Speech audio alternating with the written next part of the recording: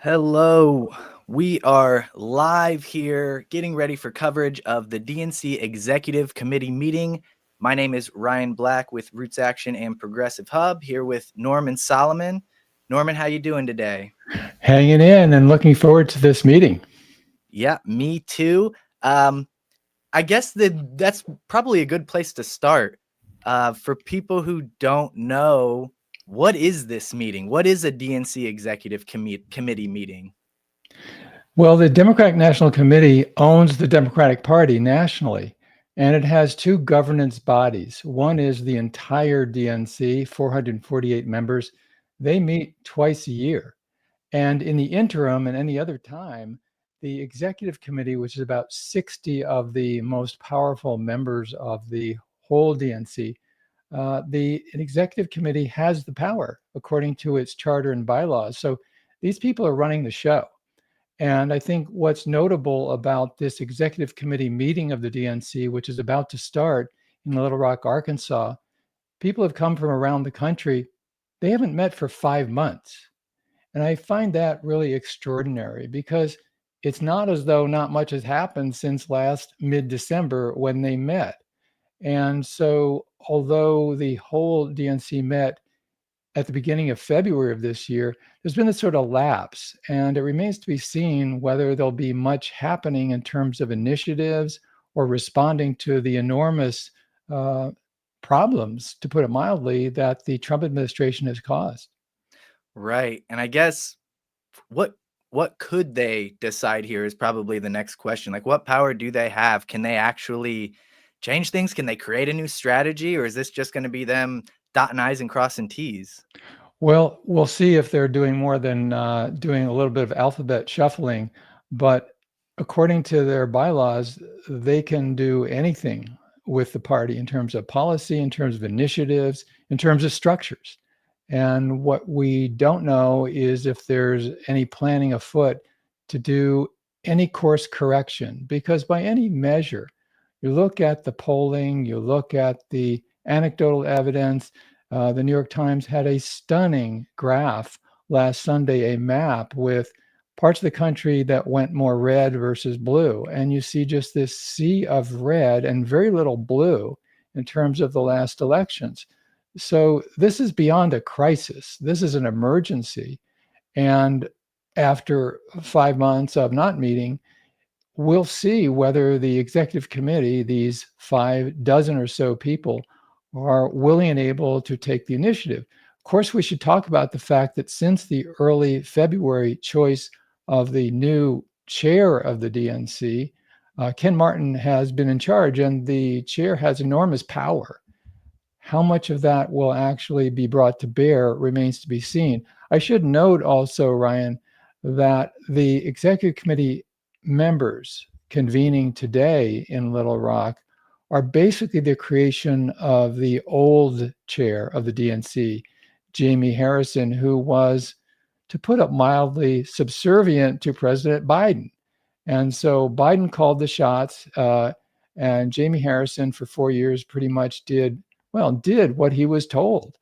So there's this, to some degree, power disconnect or origin disconnect between this executive committee, which is their last incarnation meeting before they are then chosen for this summer's sessions of the full DNC by Ken Martin, a disconnect between the old and the new. And this is quintessential establishment executive committee. So when we look at this crisis that the Democratic Party is facing, we wouldn't really have a lot of reasons to expect major departure. There are some de facto people who are members of this committee. We'll see if they have flown in from DC, from Reagan Airport to the Bill and Hillary Clinton National Airport. I'm not making that up. That's the name in Little Rock. We'll see if Chuck Schumer has taken his seat on the executive committee at the meeting. Likewise, the minority leader in the House, Hakeem Jeffries. So it's a convening of the power structure to a large degree. Whether that structure is shaken by the recent events of the last few months, we'll see. Yeah, you mentioned this is the old guard Democrats meeting at the Bill and Hillary Clinton airport. I mean, it couldn't be more spot on with how undemocratic this party has become in a lot of ways. We see that they haven't really announced this meeting anywhere. We don't see anything about it online or on their website. It's in Little Rock, a town of 200 and some thousand people, smaller than where I live, Fort Wayne, Indiana. Little Rock is smaller than that, with trying to fly Sam into there. There's almost no direct flights anywhere to get there. And it's on a Friday, on a work day, and comments have been turned off on YouTube. So that's just a few of the things. And that seems to be entirely representative of these old guard Democrats. Do we expect anything new? Do we expect them to change at all? I really don't. Well, I think that's a significant constellation of points. After the horrific debacle of the 2016 election that brought us the first Trump presidency, Roots Action compiled and released an autopsy because the DNC wouldn't do it. Usually you lose an election, you do an autopsy.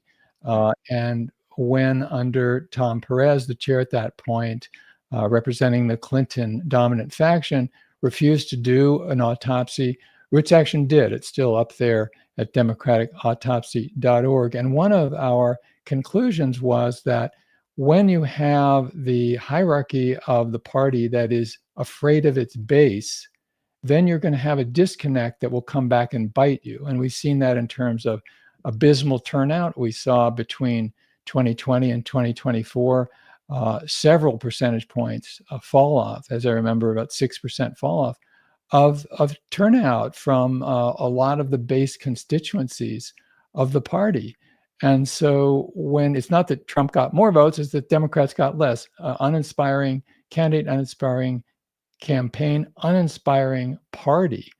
And I think that's where we are now. And one of the points of our autopsy in 2017 is indeed when the leaders of the party are showing through their actions and behavior that they're afraid of their base, that's where the activists come from. That's where ultimately the voters come from. The small donations, the get out the vote, all the GOTV, that's coming out of the base that is either energized to some degree or not. And here we are where several months into the Trump administration, as you point out, Ryan, to encourage involvement, viewing, talking, thinking about participation in any way for the first executive committee meeting in several months, to situate it in Little Rock. This is no slam on the people of Arkansas, but to situate it in Little Rock, Arkansas, which is not a blue state, which, as you point out, is really difficult to get to nonstop. So you're much more arduous to get there, expensive to get there. What is this telling the people of this country? And I went to the Democratic Party official website run by the DNC day after day in the last weeks, looking for some mention of this executive committee meeting. And as of this moment, not there. In trying to prepare this live stream, I kept thinking, does anybody know about this meeting? Trying to find info. Like, are we just going to go live and nothing happens? And then like a day, or I think yesterday, the Democrats finally put up their live stream on YouTube. So I'm like, okay, they're actually doing it, but you can't find confirmation about this meeting existing anywhere as far as I know. Well, this is historic. It's been very difficult to get into or even find out about various DNC committee meetings. The DNC building in Washington has a reputation for being a fortress. And the new chair, Ken Martin, has vowed to change that. We'll see how much he changes that. He definitely, and this is a low bar, he's more accessible than the last few chairs of the Democratic National Committee. What that will boil down to in practice will be unfolding in the next weeks and months. Right. You mentioned earlier, and then I guess there too, there's more accessibility there, but I think you had a problem. We had a problem with Kamala Harris running, where there was almost no accessibility, no listening to voters, ignoring the Gaza protesters, ignoring anyone who doubted her in any way. And from what I see is the opposite from the GOP. You see the Republicans essentially letting their craziest voters lead the way on so many different things. Conspiracy theorists who run the FBI now. It's just such a huge gap between how the parties deal with their most prominent activist base. The GOP seem to say, hey, go for it. We'll tone down your craziness, but go for it, lead the way. Where the Democrats, they want nothing to do with activism. They denounce protests. They support the business owners. They support the donors, and they're funded essentially by corporate donors that support war and support Zionism. And it's just the huge gap there. Do you think with Ken Martin giving a little more access, maybe opening up the DNC, that we'll start to see the DNC allowing activists to lead a little more without being watered down? It depends on the extent to which Ken Martin, and he is crucial here, especially with no Democrat in the White House, is willing to truly open up the party and the discourse. There is a sort of a triangle here, or maybe we hope not, a billiard ball bouncing between two rails, where you have what passes for congressional leadership of the Democratic Party, and it's pretty hidebound. And then you have Ken Martin, who's still, as you might say, a chair of the DNC, work in progress. When in March, Chuck Schumer voted for the Trump spending bill, there was such an uproar from you might say, rank and file, the habitual, the usual Democratic Party voters, the base of this party, where Chuck Schumer, who had been working on a book for years, finally coming out in mid-March, and he canceled his tour. He had a huge ticketing out here for a major auditorium to speak about his book in San Francisco. He canceled within days. I mean, this was very, very unusual. He was going to blue states. He was going to Maryland, New York, California to speak where the Democratic Party ordinarily gets a huge majority of votes. And Chuck Schumer canceled. Why? Because he was concerned that the outrage at his Trumpist vote for the spending bill would cause bad photo ops, which indeed it would have. So I bring this up in part because we're 2.5 months later and the tour hasn't been rescheduled. So Chuck Schumer is afraid of Democratic voters. He's in his Capitol bubble, and that doesn't augur well. You know, whatever you think about, the politics of Israel or corporate power or whatever, just as Jesse Jackson said at the Democratic Convention in 1988, it takes two wings to fly. And we have a corporate so-called centrist wing that has been and appears to be continuing to guide the Democratic Party. And then we have the progressive wing that is represented by, or has been represented by Bernie Sanders and AOC and so forth, getting huge crowds in the last months and rallies against oligarchy. And then we have, it's not just a matter of age. I think it isn't a matter of age. Bernie is older than Schumer. What about the minority leader of the House, Hakeem Jeffries? As soon as the second inauguration of President Bush, he flew out to Silicon Valley and assured the gazillionaires and the donors and the power brokers, the bag men and women, so to speak, for the Democratic Party, that the party would move more to the center, whatever that means. And so it's a way of saying we want progressives to help get out the vote. Otherwise, sit down and be quiet. Right. And you mentioned age. It seems the only attention going to any sort of DNC reform is David Hogg's efforts as a vice chair, which brings up two questions. Is he engaged in the right fight? Because he seems to be framing everything around age and a new generation. And I guess, is does he actually have any power? Does a vice chair of the DNC have any power? And he's not actually in there yet. That'll be at the next meeting. He won't be there today. Is that right? Well, we'll see. I haven't seen his name on the list of members. I'd have to double check that here of the DNC. But as of now, he's vice chair. He's voted in with several others at the February DNC meeting. However, in direct answer to your question, the vice chairs have basically zero power. The power is vested in the chair of the party and in these executive committee meetings, which we're about to watch and talk about, and then the twice a year full DNC meetings. But as we've seen in recent weeks, the vice chair has a visibility capacity to raise questions. And Hogg will tell you it's not just about age. At the same time, there is an underlying issue. For instance, Roots Action has not jumped into that argument because it is, on the one hand, very true what Hogg is saying. There should be primary challenges. That's how you have a revitalized party.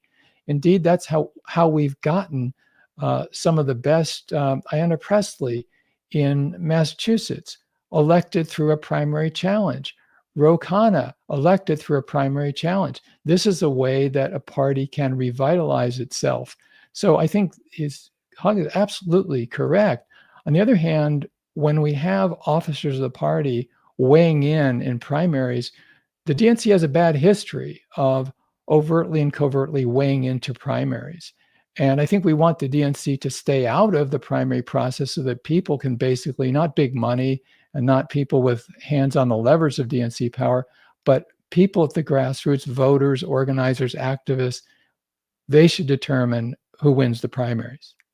Absolutely. If anything, the DNC should simply ban super PAC money, especially PAC money that plays in Republican primaries. Real quick, Norman, we have Judith Whitmer joining us now. I'm going to bring her in. Hello, Judith. Hi, it's good to see you, Ryan. Thank you. Hi, Norman. Hi. Great to have you, Judith. If you don't know, Judith was a Sanders delegate in 2020 and served as the chair of the Nevada Democratic Party from 2021 till 2023 when a slate of DSA candidates won there. So that was really cool to see. Judith, how are you doing today? Are you looking forward to this DNC meeting? I am. I'm looking forward to seeing if we're going to have any actual progress happening here today. That's what I'm watching for, to see if there is a progressive voice at the table, if they're allowed to actually have any input, or if it's sort of a done deal and we're just having a strict agenda where it's everybody votes how they've already been told to vote, which has been typical of the DNC in the past. Right. What if any, are there any specific reforms that you would like to see come today or in the next year or so? Well, there's not going to be a lot of reforms today. We're talking about an executive committee meeting. So the reforms happen at the committee level, which would be like the Rules and Bylaws Committee primarily. Even the Resolutions Committee, you could see some, effects on change and the course of the DNC there, but not at a committee meeting. It's going to be sort of all business, or business, hopefully not business as usual, but business. And then, they're taking care of the business of the DNC. And that's just typical of any party structure or any organizational structure. But yes, there are several reforms that I'd like to see. Of course, my biggest passion issue is on dark money.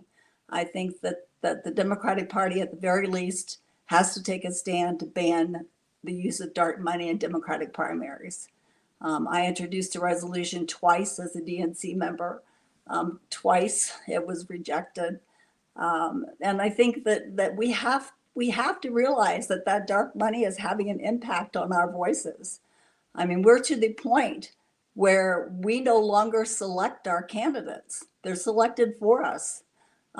These backroom deals are still happening at the state party level and at the state legislatures, as well as the national party. And, when we talk about not putting your foot or not putting your hand on the scale, the DNC is going to take a neutrality pledge, which I think is a good start, but we have to realize that the structure is bigger than the DNC. You're also talking about the DSCC and the D-TRIP, the DCCC, and the DNC gives money to those organizations. And those organizations absolutely tip the scales in favor of whoever their favorite candidate is. And that's always going to be the establishment candidate. That's not going to be a primary challenger. And so that's where I see a real problem and a real disconnect. Right. I managed one congressional campaign ever, and the DCCC went hard for our opponent and brought her to DC a bunch and did trainings, and she would brag about it and brag about it. And she outraised us 4-1, and we beat her. So it's not the only thing, but it's tough. I mean, you go out there with a progressive candidate or even someone who's remotely critical at all of the Democratic Party, and they'll come out hard against you. What was your experience like with the DNC in Nevada? And then I'll let maybe Norman ask you a couple questions as well. Okay. Well, with the state party in Nevada, we had a unique opportunity to make a difference and to elect a slate of candidates to the state party office positions that were in favor of progressive reform. And we put a lot of money and effort into recruiting primary candidates at the state level. We focused a lot on the state and local races. The problem is the state parties, the structure of the state parties is also inherently, I don't want to quite use the word corrupt, but it's the first word that comes to mind, but is inherently wrong in the fact that, you know, they pay allegiance to whoever their state legislators are and whoever their U.S. Senate or representatives are. And so in our case in Nevada, we have 2 U.S. senators and 3 U.S. representatives, but then our state legislature is primarily Democratic. And they have absolute control over the state party now. In fact, they're pushing out progressives. They're pushing out the everyday person. They're passing bylaws that say that the majority of our state central committee is going to be made up of state elected officials, state legislators. So they're basically just going to be doing the bidding of the DSCC and the D-TRIP and the consultant base. Our state party is now run by a consultant. That's the absolute truth. And that's across the country. That's not just Nevada. So when we talk about change at the DNC and the national level, the change also has to happen at the state levels. And I think that's where the DNC could make a huge difference. Norman, thoughts on that at the state level? Yeah, on that note, I mean, the interaction between the DNC nationally and each state party, and it's sometimes been said that there almost is no national Democratic Party. There's 50 states, there's DC, there's a few so-called territories. And I wonder from your experience under the Biden administration, really when you were a member of the DNC, what kind of dynamic did you see from the White House, from the chair of the DNC, and from the state parties? I mean, who's rowing the boat? Who's in charge? Okay, so a lot of the DNC structure in the past has had a hands-off policy as far as how the state party is run. They don't actually go in and tell you how to run your state party on a day-to-day basis. The problem is that from that state party, the only people that are representatives to the DNC are your state party chair and first vice chair, and then 2 representatives depending on the size of your state. You know, I think there's a minimum of 2, 1 male and 1 female from each state party. And in bigger states like California, they have more representation. But the problem is those people are always party insiders. So it's party insiders that go to the DNC lobbyist base and your campaign operatives.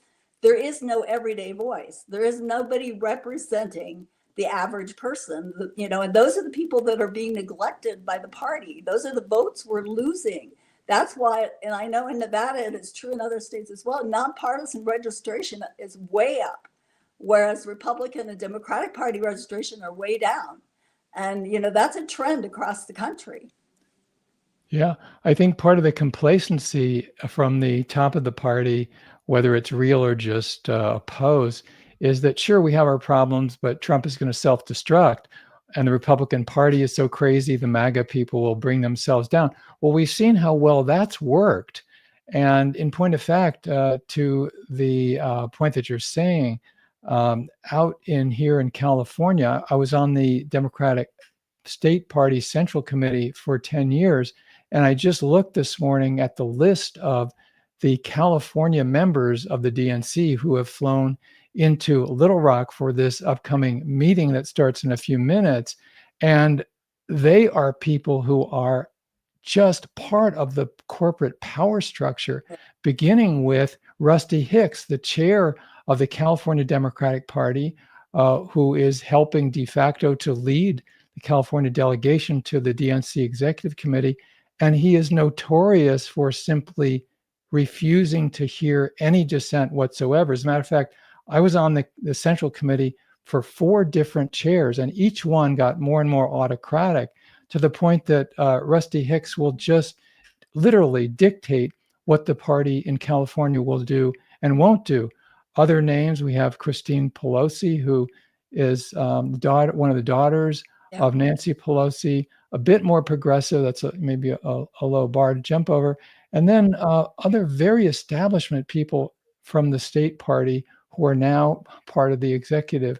And that seems to be the case with some exceptions nationwide. So it does raise the question, what can we not so much expect, but plausibly, effectively demand of the DNC this year?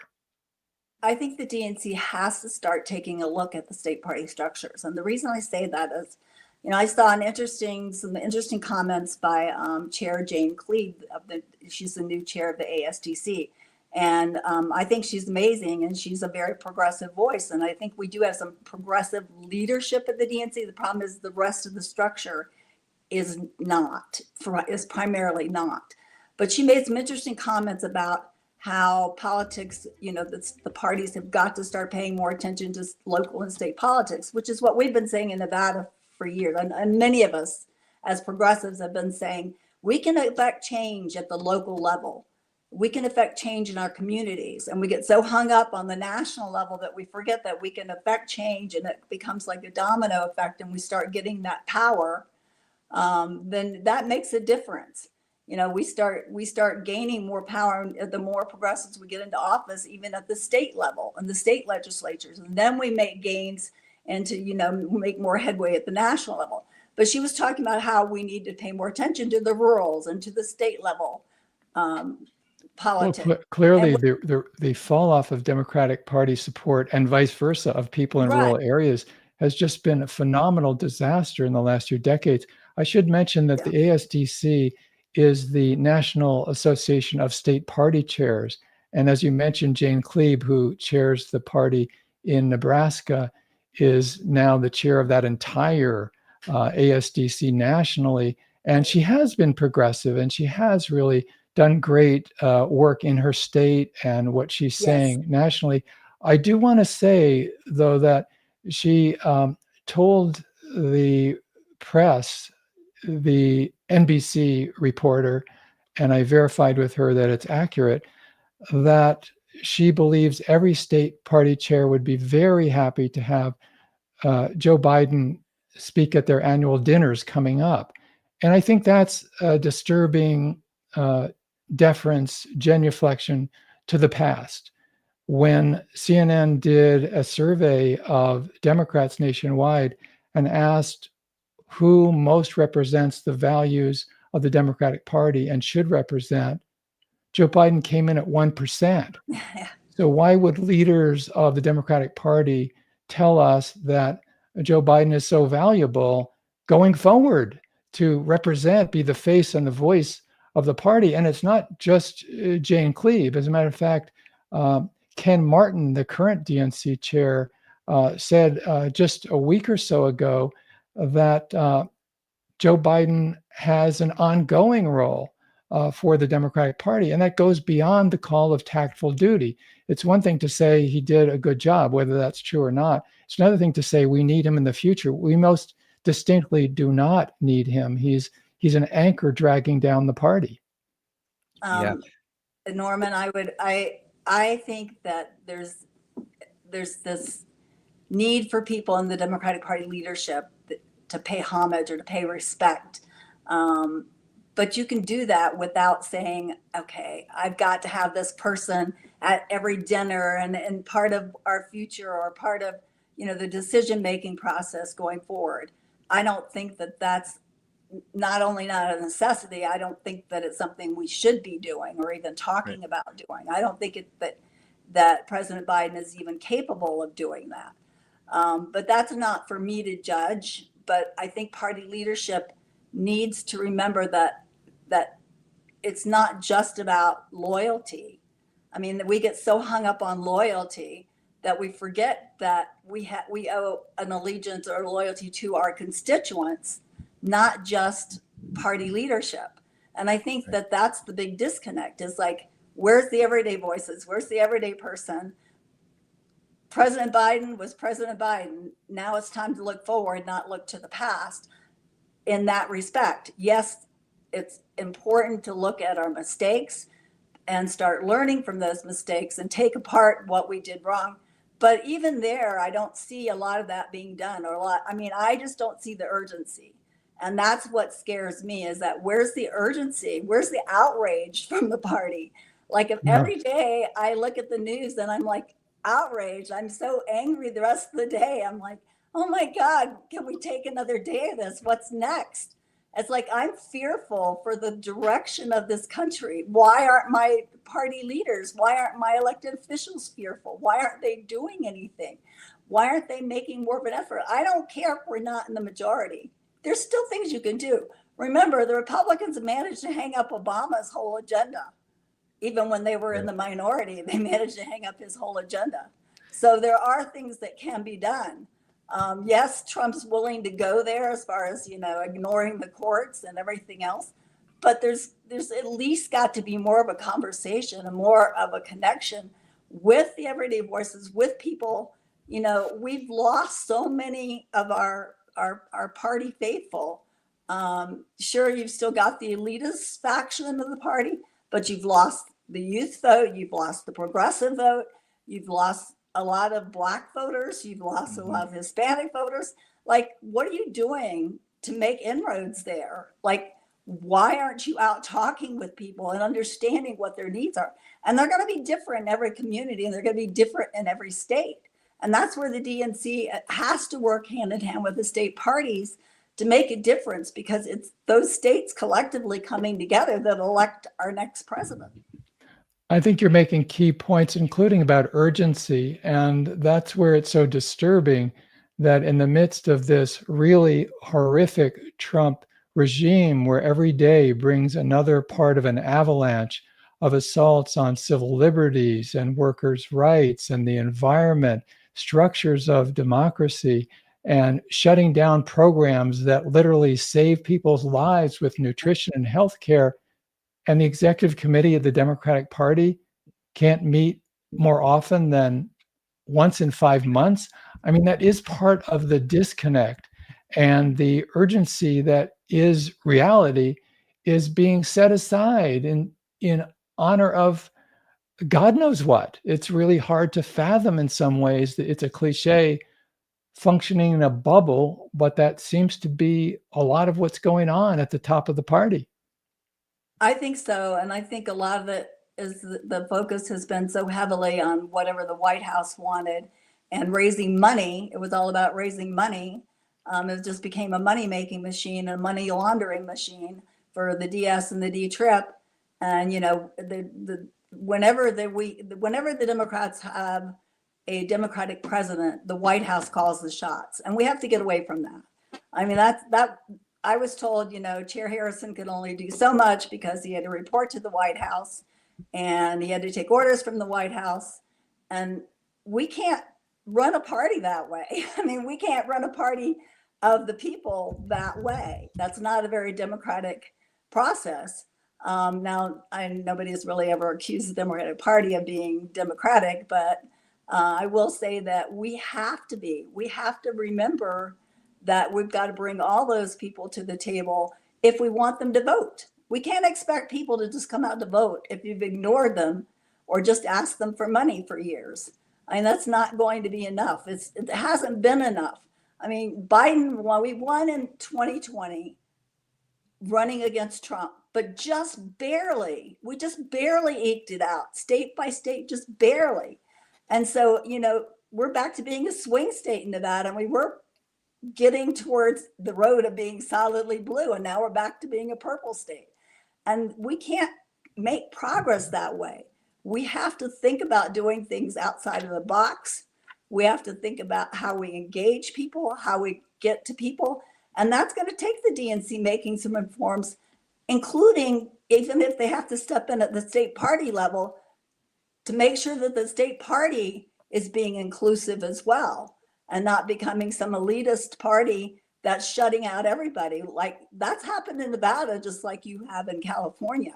It's whatever the chair says. The chair is also the chair. She runs the budget committee for the state legislature. She's an elected official. I mean, it's crazy. The second vice chair is a lobbyist. I mean, it's just nuts. I mean, you can't effectively run a state party that way now. You used to could, because it all used to be here in Nevada about the Harry Reid machine, and the Harry Reid machine is still being run by one consultant who calls the shots in conjunction with our U.S. senators, and they lay down the law. Well, Yeah. We're not enough. yeah. The DNC should be going live any minute now. We have it pulled up. As soon as it goes live, we'll hit the volume on that. We also have our Roots Action political director, Sam Rosenthal, who is live in Little Rock right now. So I'm going to bring him on right now. Norman, if you want to take 5 for a minute, we can bring you back on in just a little bit. But here is Sam, who is live in Little Rock right now, on location of the DNC Executive Committee meeting. Sam, how much excitement is going on there right now? That's hard to gauge, but folks are milling about. I think we're gonna get going shortly in a minute here. And there's an air of anticipation, I'd say, at minimum. Yeah, what is your expectation there? Does it feel like anything's actually going to happen, or is this going to be more of the same? Yeah, I mean, I think this is, real inside baseball. This is a processual meeting, as they say. It's going to be a lot of sort of talking nuts and bolts, talking about the kind of inner workings of the party. So I'm not sure to your casual observer that this would be something that really scans for them or is, even coherent. I'm going to try to keep up, but we'll see. Is your sense that there are members of the DNC maybe on the executive committee who are pushing for change and want a Democratic Party that doesn't have corporate PACs who play in GOP primaries, playing in our primaries? Is there a contingent there that you think might actually push the party to be better? Yeah, definitely. I've been chatting with folks here a little bit last night and a little bit this morning. And there's a sense at base that the party needs to do something. There needs to be a change, business as usual, the way the party's been run, the way folks inside the party apparatus have been operating for the last, 4 or 8 years isn't going to cut it anymore. And, there might be arguments about those reasons why that's the case. But I think for the most part, there's broad agreement that is something that needs to be addressed. There needs to be a new tack, some kind of change in direction. What that change in direction is exactly, I think, is more of an open question. Sure. And we have Judith Whitmer with us here again. Judith, do you expect, same question, do you think that there is a contingent in the DNC that we can have some hope for that's going to steer this ship in a better direction?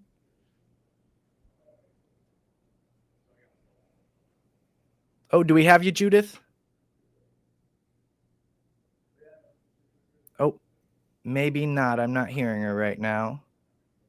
We'll bring her off. And Sam, who is it that you're trying to chat with there, I suppose? Is there anyone in particular that you're trying to meet with or hope is there?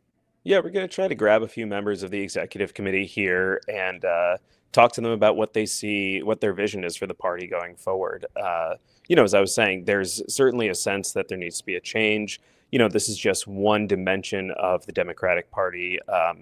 there are many different moving parts that make up the party, just as with the Republican Party. So this isn't some committee that's tasked with making wholesale sweeping changes that will affect everyone inside the Democratic Party, but certainly one of the different levers that moves to kind of keep the party apparatus chugging along.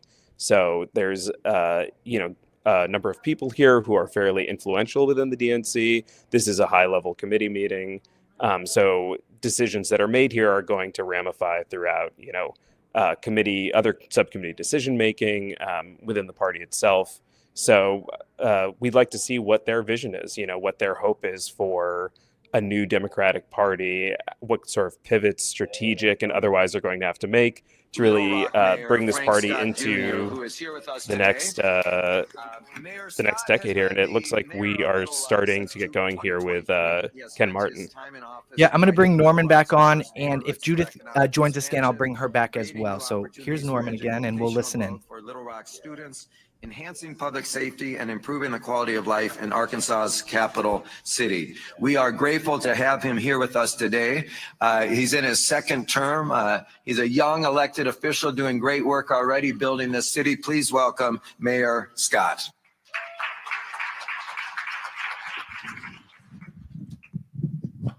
Chairman, thank you so much, you and the entire executive committee for choosing Little Rock.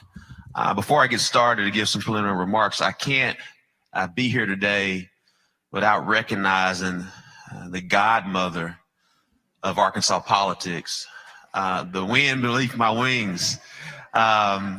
Literally, I stand on her shoulders, and that is Mayor Lottie Shackelford. Let's give her a round of applause. Chairman, I've learned how to win, and so one of the great things is she allowed me to be one of her political sons. And I'll never forget election night. It was historic. On my left hand was my mother. My right hand was my mother, Lottie. And so I stand here. I want her to know how much I appreciate that. And she was there the second time. And we're going to pray that you're there the third time, too. But finally, Little Rock is one of the rising cities of the South. It's our goal to unite the city, grow, and transform it to truly be a catalyst for the New South. And I think that's something that everyone should understand.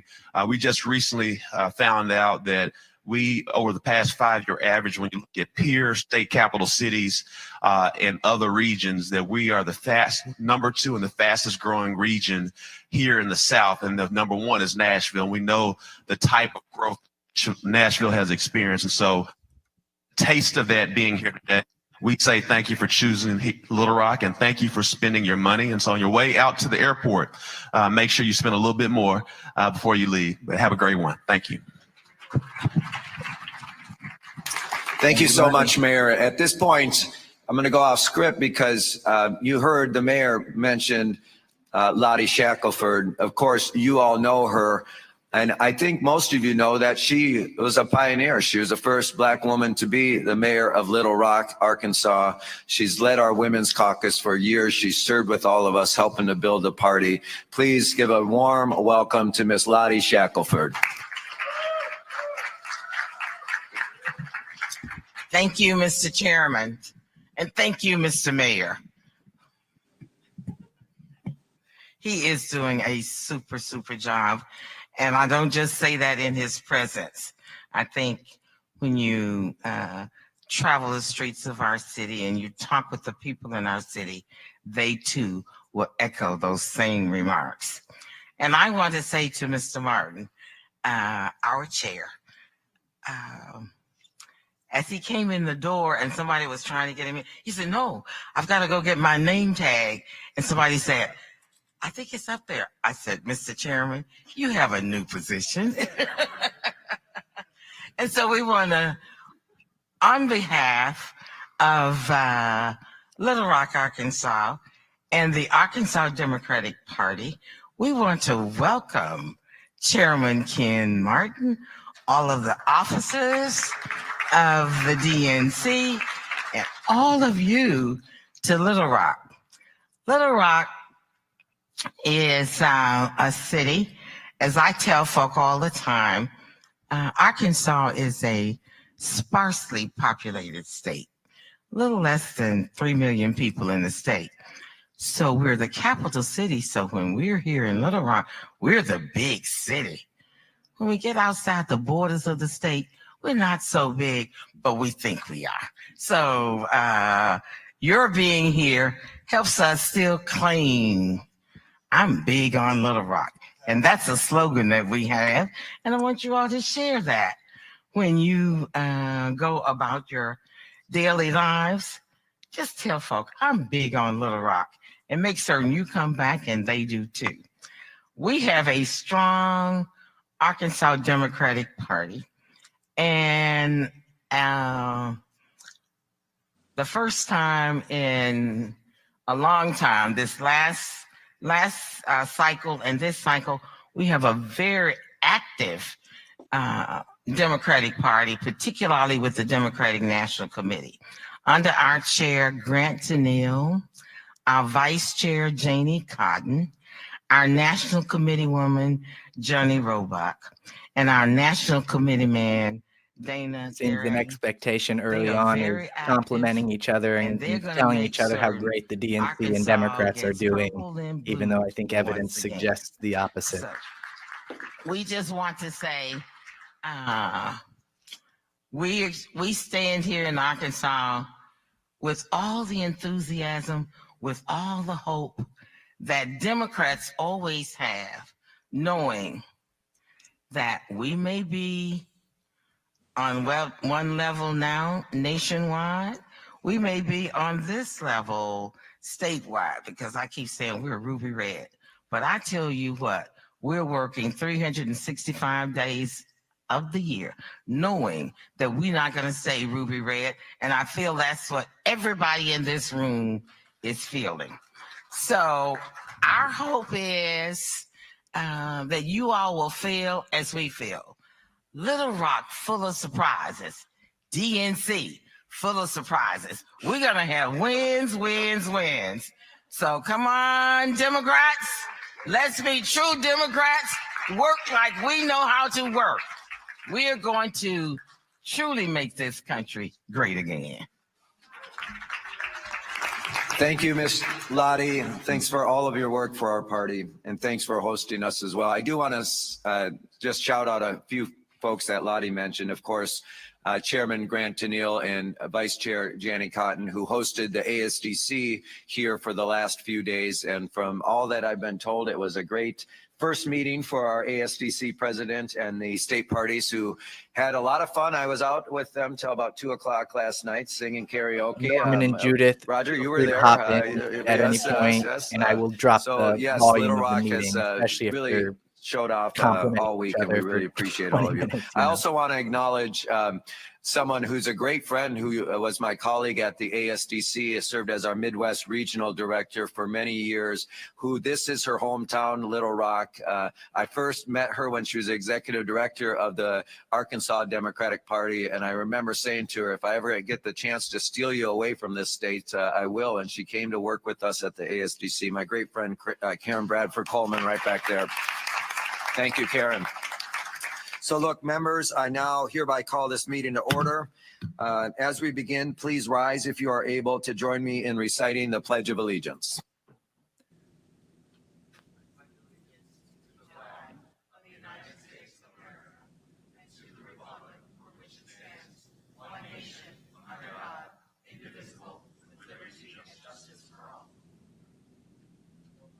And we had to do that every morning at school. And it seems as we grew up, they forgot It that is the great liberty to and see justice everybody part here was today, and key. thank you for joining us. I'm going to flip to this microphone here.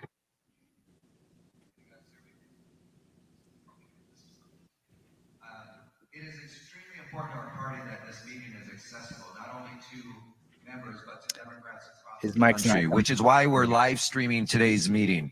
I want to thank all of the members here and the viewers who are joining us via live stream. This is an important piece of this new DNC, which is, as I campaigned for this position, I said we want to make sure that our meetings are accessible, not just to Democrats in these rooms, but to Democrats throughout this country. This party doesn't belong just to us in this room. It belongs to Democrats and Democratic voters throughout this nation. I want to thank Veronica and her team in the Office of the Secretary and Party Affairs for making this possible with this technology. But I wanted you to know that every one of our meetings moving forward, and including our standing committee meetings, will be live streamed so more people can, participate, more people can know what's going on, more people can be a part of our Democratic Party. Now, before I introduce Secretary Ray to report on the quorum, I'd like to also acknowledge our fantastic parliamentarian, Helen McFadden, and the whole team who have been working tirelessly to organize. To mention accessibility right off the bat is so disingenuous when we know that it's I'd break Little in Rock. on that it's good to live stream, but when you go to the DNC website day after day, as I have, and there's no mention of this, the Democratic Party, Democrats.org, it's unfortunate. Yes, it's good that it's live streamed, but if people aren't told ahead of time that it's available, that's of limited value. And something else I want to quickly mention is that Chairman Martin talked about participation, but I get one email and text from the Democratic Party after another, an ad from Kamala Harris saying, we want you to be involved, so send money. And nothing else is offered. You're told you can be involved by send money, and that really has to change. Well, the comments are off on their live stream. So participating is not even allowed. We'll bring the volume back. This time, I'm pleased to report that we do indeed have a quorum present for today's meeting. Thank you, Secretary Ray. And welcome, everybody. Welcome to Little Rock. Welcome to our first executive committee meeting for this new DNC administration. We have a busy day, so I'm going to try to keep this short. All of you know that we have a lot in front of us right now, both as Democrats and the Democratic Party. And that means we need to get to work. We need to stay at a sprinter's pace for this year and next year. I said this the other day, but when I first became DNC chair back in February, I told the folks around me, we don't have the luxury of time. So we got going on day one. Now, being in DC right now, you meet lots of people. Most of them in DC want to win the argument. Not me, not you. We're here to win elections, and that's what we're focused on. So that's why our priority is today, tomorrow, the next day, and every day until the midterms and beyond is building the infrastructure we need up and down the ballot with and in partnership with our state party so we can win elections, not for our party, but for the American people. In those first days as chair, I told my team at the DNC three things. First, we're getting the DNC out of DC. And I said that when I campaigned too, people said to me, what do you mean? You're moving the headquarters from DC to some other state? No, it's changing the mindset. It's reminding folks that elections aren't won in DC, they're won in the states. And if we're doing our job right, we're not just focused on federal races, we're focused on races up and down the ballot. We're focused on all races because we know we have to build power around our agenda and our values in every public policy arena in this country. And sure enough, we're doing that right now, thanks to the great work of Roger Lau and Libby Schneider and Jessica Wright and the whole team at the DNC. We're building a new DNC focused on building power holistically and winning again. Right away, we got on the road to meet with local party leaders, voters, and grassroots organizers. At this point, I think I've been to 18 states already in my 4 months on the job, and we've used everything we learned to inform a historic new investment along with President Jane Klebb into our state parties. Now over $1 million going out each month to our state parties, thanks to Jane. And look, second, I said we're going to reimagine the DNC as a permanent campaign. No longer will we look at things narrowly or through the singular lens of just presidential election cycles. We can't just be the party focused on 7 battleground states and a few congressional races. We can't just look at 28. We have to look at 32 and beyond. We have to start planning for the future. And I said we're going to invest in winning right away. And let me just tell you, we're doing that. There have been almost 25 elections since Donald Trump was inaugurated, and we're overperforming in 24 of the 25, and we're winning many of those elections up and down the ballot, including just recently flipping a 12-year incumbent mayor in the city of Omaha, Nebraska, thanks to Jane Kleeb and the Nebraska Democratic Party. My entire philosophy is this, and this is the new slogan at the DNC. When you organize everywhere, you can win anywhere. And that's what we're doing. We're not leaving any inch of this country unorganized, because we know that our values align with Americans, and that if we get out there and communicate our values the right way, they will align with our party. Now look, I said the third thing to the staff. Wonderful team at the DNC. It's time for us to take the gloves off. I want a Democratic Party, as all of you do, that's willing to stand its ground, to stand up, to throw a punch, and fight for everybody in our communities that feels voiceless in this political environment. I know each of you do as well. In 2016, someone said to me, you know, the Republicans are shameless, but the Democrats are spineless. This is our moment right now to stand up and fight for what we believe in. My first boss in politics was a bushy-haired college professor from Northfield, Minnesota, Paul Wellstone, who used to say that politics isn't about big money or special interests. It's squarely about the improvement of people's lives. But one other thing he said, which I think is important, is if you're not willing to fight like hell for the things you believe in, do you really believe in them at all? That's the question Americans are asking us right now as a Democratic Party.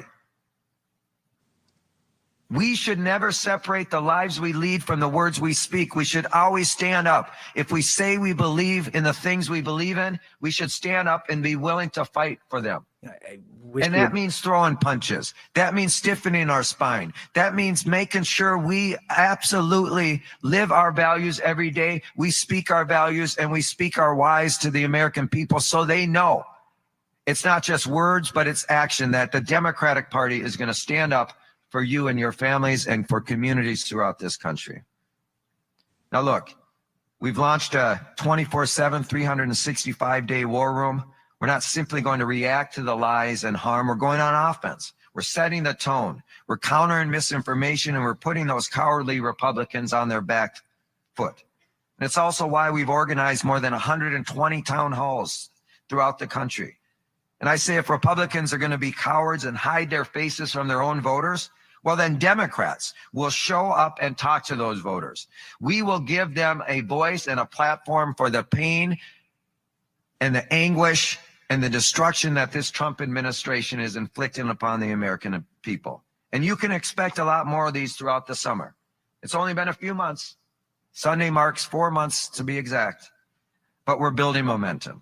We took a plus 23% Trump district in Pennsylvania, blue for the first time since the 1800s. We kicked Elon Musk to the curb in Wisconsin when he tried to buy a Supreme Court seat. We historically overperformed in Florida's deep red districts with those special elections. And just the other week, as I mentioned, we won in Omaha. In Omaha, Nebraska, right? That blue dot right there, it's getting bluer, and we won that mayor's race because people know when we organize everywhere, we can win anywhere. So look, some people might think that not every race matters. I'm not one of those guys, because every race not only matters, but every inch adds up. Every bit of ground that we gain adds up. Every vote we flip adds up. And every office we take adds up and makes a difference. That's how you build the party, from the grassroots up, not from the top down. We are going to get out there, DNC. Every one of you, I know you're doing this work already, and organize throughout this country. In every crisis, there's an opportunity. What is the opportunity right now? The opportunity for us is to engage people in conversations that we haven't had the opportunity to do for some time, to really truly give them a sense of not just what's at stake right now in this moment, but what the future could look like if we put Democrats back in control, to give them a positive vision that their better days are in front of them, not behind them, and that we are going to actually, as a Democratic Party, deliver on the promises we make to build our communities the right way, to give people an opportunity to achieve the American dream and climb the economic ladder and find success in this country once again, and also give them a sense that no matter who you are, no matter where you live, no matter who you love, or no matter who you are, as I said, we're fighting for you. That is our challenge as Democrats. If we're willing to take this opportunity on right now, we will win again. We will win again, and most importantly, we will be able to change people's lives and give people a sense, again, that we are invested in their hopeful futures and their dreams and aspirations. So thank you, Democrats. Let's get out there and win. Let's get out there and fight. So now I have the distinct privilege of recognizing the incredible team at the DNC, my colleagues, who I get the great privilege of working. Now I'm going to turn it over to a few of our senior staff at the DNC to share a handful of updates about our new initiatives. Sorry, a lot to of win talk about elections, fighting, to share our message, a lot of talk to about rebuild political believing, power and but defeat Republicans. no mention Now, of how to I fight always or say what this, to believe. and it's not just So that's something I pretty say. interesting. It's how I I'm try al- to lead, and I'm it's also something I interested to believe. hear more about You know, that there's $1 a- million that they're sending the state party. Are they going to provide any input in how the state party is supposed to spend that money? Because here in Nevada, all the money goes to the top. It doesn't go to down ballot races. It'll all go to the U.S. Senate race, and maybe some to the D-Trip for congressional races. But we're not seeing that trickle down ever to the down ballot races where any primary candidates could really benefit from it. You know, I want to see them recruit new people to run for offices at those state and local races. Right, and I $1 would echo million that in terms across of 50 states is not enough. Yeah. Go ahead, I'd Norman. echo it in terms of California, where if you just at the top of the funnel send a few $1 million from the DNC to the state party, you're just reinforcing the power structure that exists that is subservient to big tech and corporations in the state, here, the Exactly. largest state party in the country. Something else I'd like to quickly mention, certainly what Ken Martin said, a lot of it sounded terrific. And some of it we wouldn't hear from his predecessor. But the rhetoric is one thing, and the actual performance and actions of the DNC are another. Ken Martin is very cordial. I've had communications with him. I've spoken with him, had texting communication with him in the recent couple of weeks.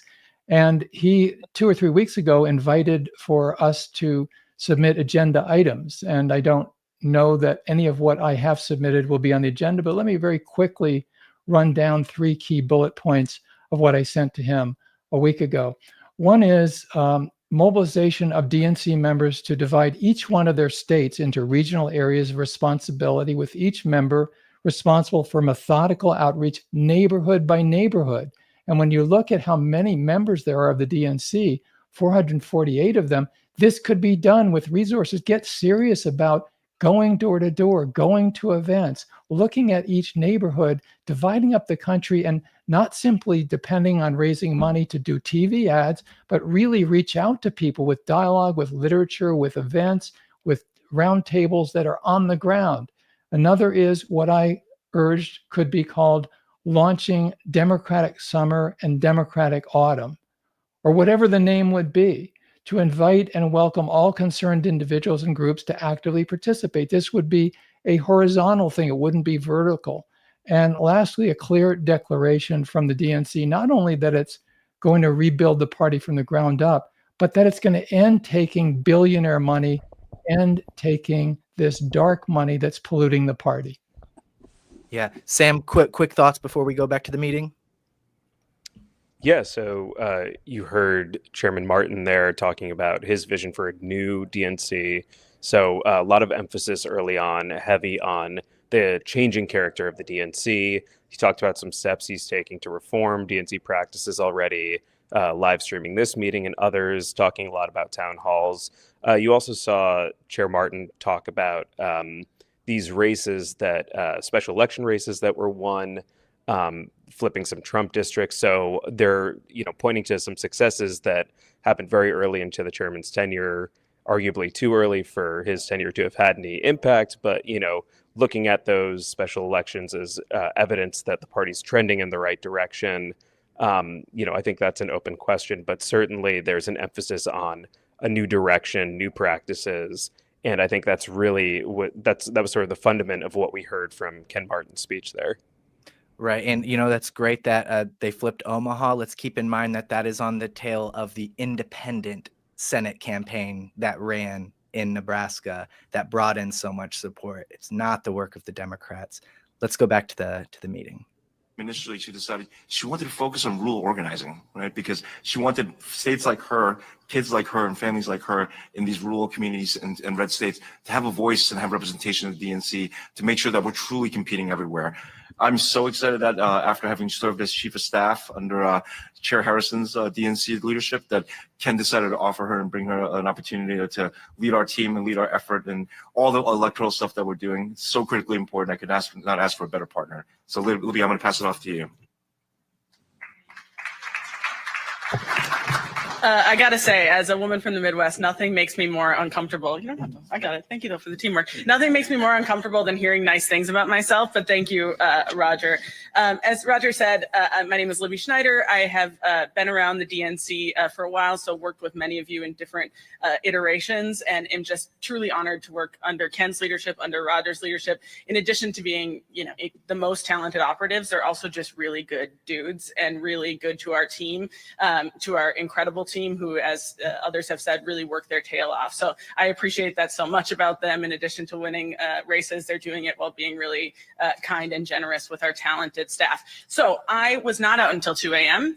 Because I am both reasonable and lame, as both Chair Martin and Roger can tell you. But it makes me a little more fresh, I think, a little more dynamic. Just kidding. Roger's always going to be more dynamic. As Roger mentioned, I get to do all the cool stuff at the DNC. So the political work, a lot of the external facing work, and much like Roger, was just so excited to have Ken come in and talk about the things that I care about, organizing everywhere, making sure we're engaging with communities that we hadn't before, that have fallen off a little bit.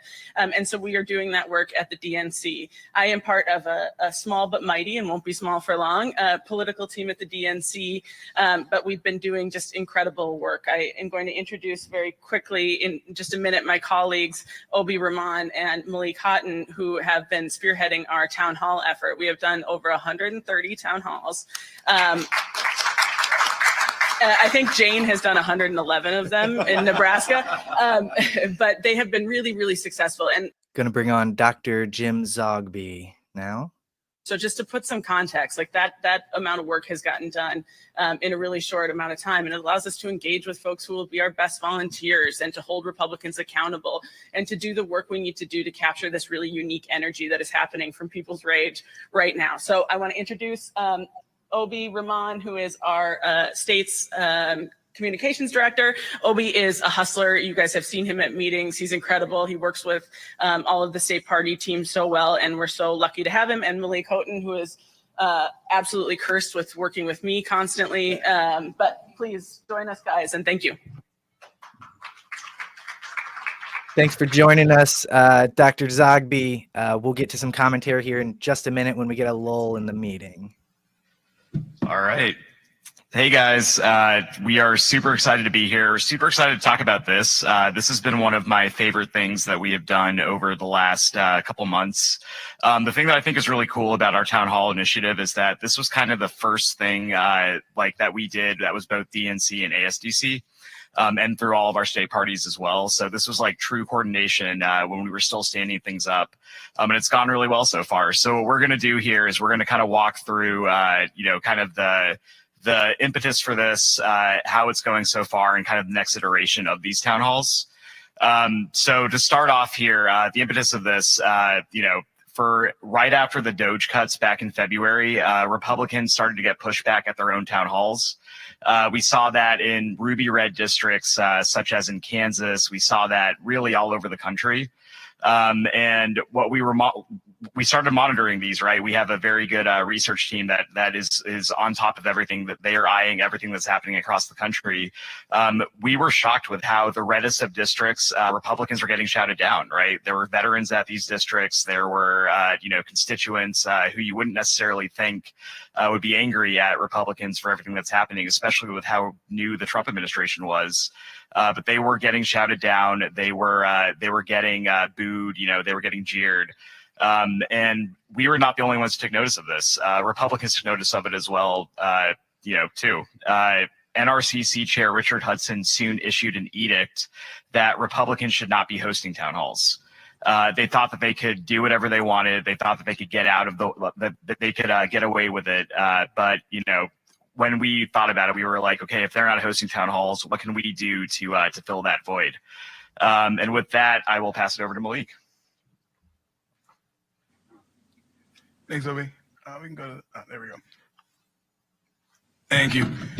Morning, everybody. Malik Houghton. And as Obi mentioned, under the leadership of Chair Martin and Chair Kleb, with many of you in this room, state party chairs, vice chairs, and EDs, Roger, Libby, and many folks in the state, as well as a lot of our DNC vice chairs and officers, we went around the country and we partnered with groups and state parties all across 49 states at this point, and we are very close to 50 plus DC. So a town hall has come to a place near you over the last 6 weeks, and likely that more town halls and more events and more organizing will be coming to you in a place near you over the summer. So where we've gone, so we've got 128, I think, at this point. We are going to work very closely with the rest of the states to get to north of 130. And over the summer, we will be working with our organizing team. Some of my favorite ones, that's one of my favorite ones, where we did one in Tennessee with Senator Warren and a lot of other federal elected officials that we will be working and partnering with over the summer as well. Let's toss it back to Obi. As a comms guy, the thing that I care about is this slide right here. The coverage we're getting is amazing, right? Like, it's not only the national coverage that's showing all of this, it's also the local coverage in districts, right? And, to me, like, politics is one thing, right? It's a messaging war. The side that gets their message out more to the most amount of people, that's the side that wins. So that's why when Ken and Jane decided to do this, like, it was genius, right? Like, it's actually getting into communities. It's what the DNC has not done in for a very long time. When it comes to like the clips that we're getting out of this, the thing that's really shocked me is that it has not receded yet. When you do 130 of these across the country, you'd think that, people would stop showing up to this. But we are seeing unprecedented like enthusiasm. We're getting the coverage that we need to kind of push this thing forward. And it's been a really cool thing just seeing this as the first initiative that the DNC has done with this leadership. And with that, I will pass it to Malik. All right. And then, looking forward here, if we can figure out the setup, which yes. So to date, we've talked about this a lot. We've done a lot of town halls. We've done it in nearly all 50 states. But I think the most important thing about all of this is that we have shown the power of what happens when the DNC, state parties, the ASDC, all of us work together and hand to hand. And it's been really cool to see the coordination to like really get to know a lot of folks across the country for the same goal, right? Which is to really hold Republicans accountable, for everything they're doing in Washington, to make sure that people across the country know that this affects your community. This isn't just something that's abstract. This is affecting people right now. So with that, we are going to kind of pivot to the next phase of this, which I'll let Malik talk about a little bit. We are working very closely with our partners in DC to think through what July and August will look like. A lot of Congress will be out in the Senate and the House. So Republicans will be home in their districts, and we want to make sure they feel the pressure and the pain of the American people that they refuse to serve. And so more details to come. We will obviously work very closely with President Kleb, Ken, the leadership team at the DNC and across country to make sure these are executed properly, and also giving folks that are out there an avenue and tools to which to channel their energy and their frustration into positive outcomes, because we obviously know our jobs as the state parties and our job as DNC is to win elections, and we've got to give people the tools and the resources they need to be able to change those outcomes. So more information to come, but be on the lookout for a lot of that energy and enthusiasm going into the summer. I don't feel like we should be on Last the thing I'll lookout say for is plans right it's now. just the beginning, I feel right? like we should we have got plans. a full cycle. We're going to take back 2025, then in 2026, then the presidency back in 2028. So thank everybody. We're excited across the country. We might single-handedly drag us across the finish line with his energy. Thank you, guys. Really appreciate you.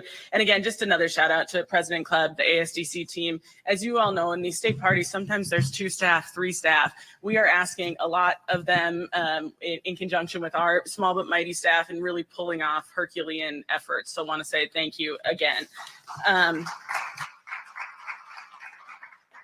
Okay, now my pleasure to introduce another incredible member of the team who shouldn't be a stranger to any of you. Morgan Hine is our National Training Director. Morgan comes from the ASDC State Party family. Quick pause on that, or volume down to reflect. Dr. Zogby, any thoughts on what you're hearing so far? I would send everyone an agenda for the DNC, but they don't even have them printed on the ground in Little Rock. And why would they? Thanks for having me. Hi, Judith. Hi, Jim. She and I went through many battles together. Look, watching this, the first thought that comes to mind is that it's so typical from executive committee meetings when I was on for 17 years, the platform drafting committee, when I was on the Unity Reform Commission, et cetera, is that they fly us at our own expense. We pay to remote locations all around the country and talk at us for a full day. There's nothing that I heard so far that could not have been sent out in an email, or if they wanted to get personal, quote unquote personal, could have been done in a Zoom call. The fact that you fly people to Little Rock, not easy to get to talk at them and have staff kind of perform is disrespectful and is indicative of the biggest problem I had in all the years I was on the DNC. And one of the reasons why I got booted by Perez from the executive committee is fighting for democracy in the party to make it accountable and transparent. You've got wonderful people sitting around that table, really good people who could cross-pollinate ideas, who could discuss issues, who could discuss direction for the party, but instead we have staff talking at them. And that will carry over to the general meeting, which is usually the same kind of thing. And the Eastern Regional meeting, the Western Region, all the various caucus and council meetings that happen where you just convene and they say, oh, look at who we've got. We've got Vice Chair such and such coming to talk at you. And then we've got, oh, look, we've got Mayor such and such coming to talk at. And that's what it is. It's like I said, DNC members were more props than we are leaders in the party, respected as leaders. We fill seats. And because I'm Catholic, I can say this. It's like going to church. You go, you know when to sit down, you know when to stand up, you know when to clap, you know when to leave, and you also know never to ask questions. And that's pretty much how things function. And it's distressing. I mean, it really, the issue is, what does it mean to be a member of the DNC? What role do you, I remember in one of the debates we had when I was running for vice chair, one of the candidates said, and if I'm elected, I guarantee you'll have a young person sitting at the table when decisions get made about budget and priorities. I didn't want to interfere or interrupt and, sort of be negative but I said to him afterwards, guess what? I've been on for 32 years.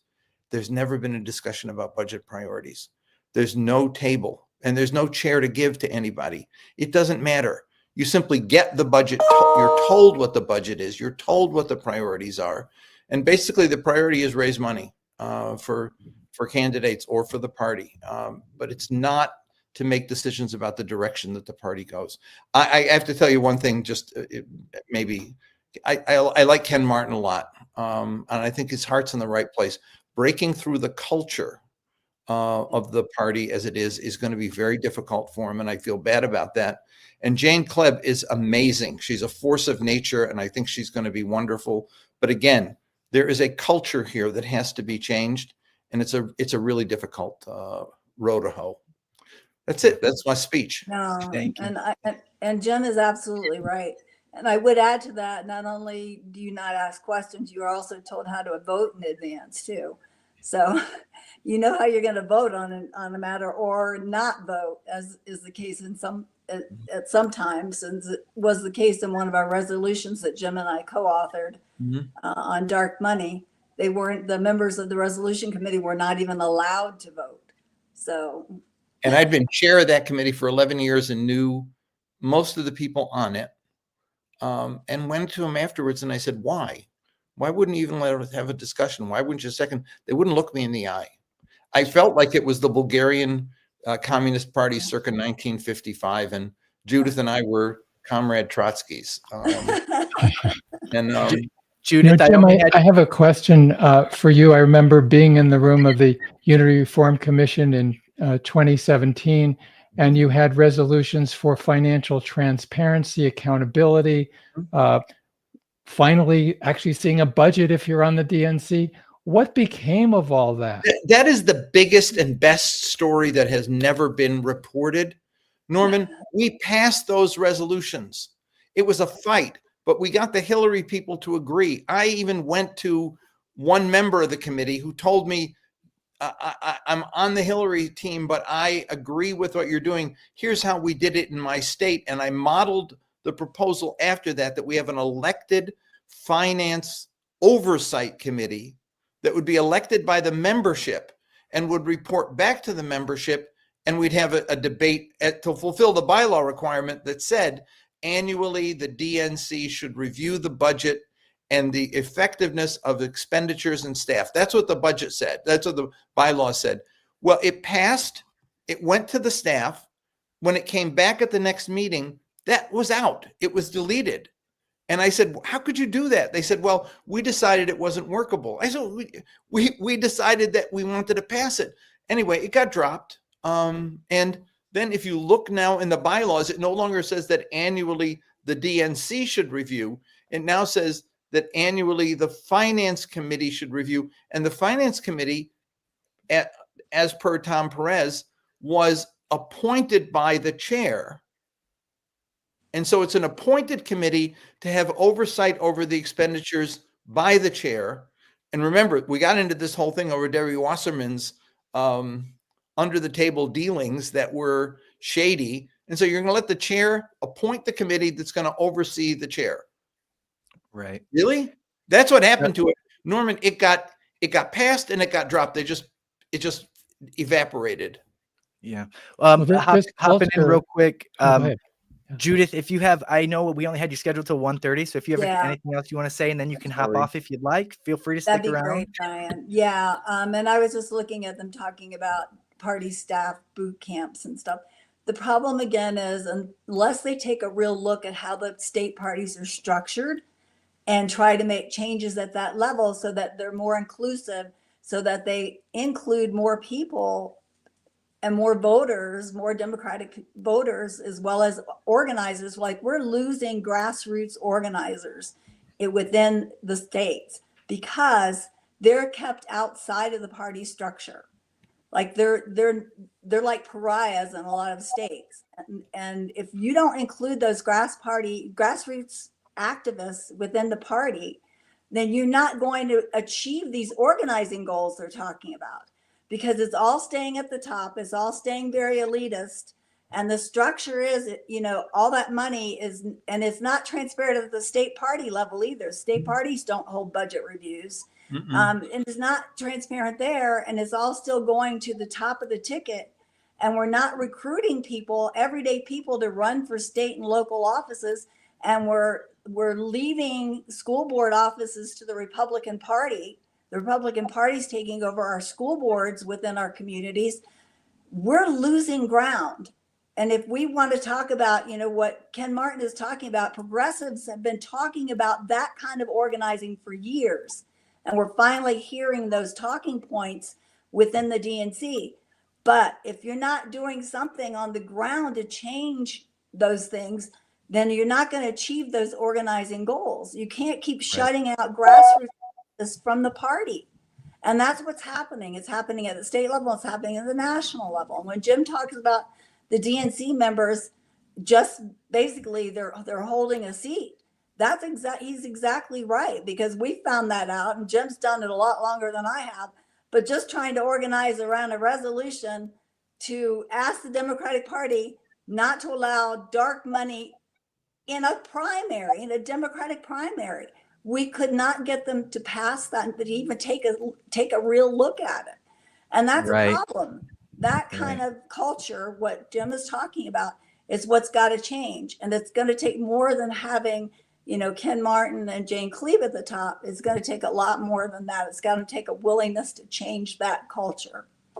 Right. And just reading through the slides that they just presented was a bunch of top-down efforts to train people based on the DNC strategy, get them into the DNC, have them follow DNC department stuff. I didn't see anything in those slides that was bottom up at all. Let's go back to the meeting. This when I was a kid. My mom was a precinct captain, and I used to go door to door with her. And President Jane. Across the country, most precinct precinct posts are vacant. Mom used to go to precinct meetings. She'd then go to committee meetings and ward meetings, and then she'd go to committee meetings and take the views of people from her community to those meetings. That doesn't exist anymore. It doesn't exist anymore.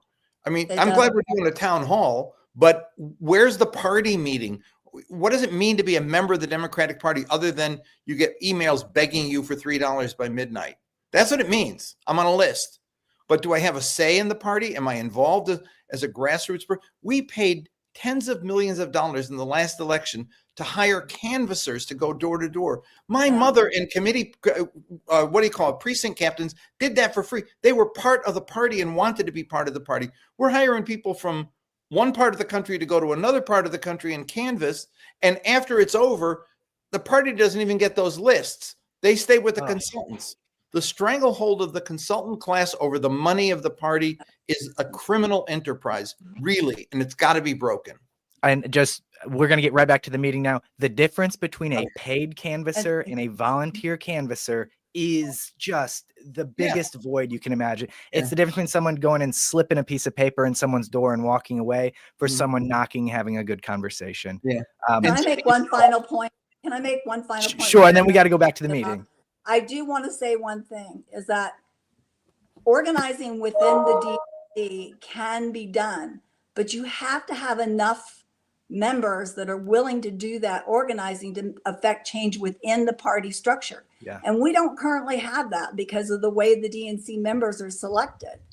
And, the party chair, the DNC party chair gets to nominate and appoint the majority of those, or a large majority of those seats, like 75 seats, I think.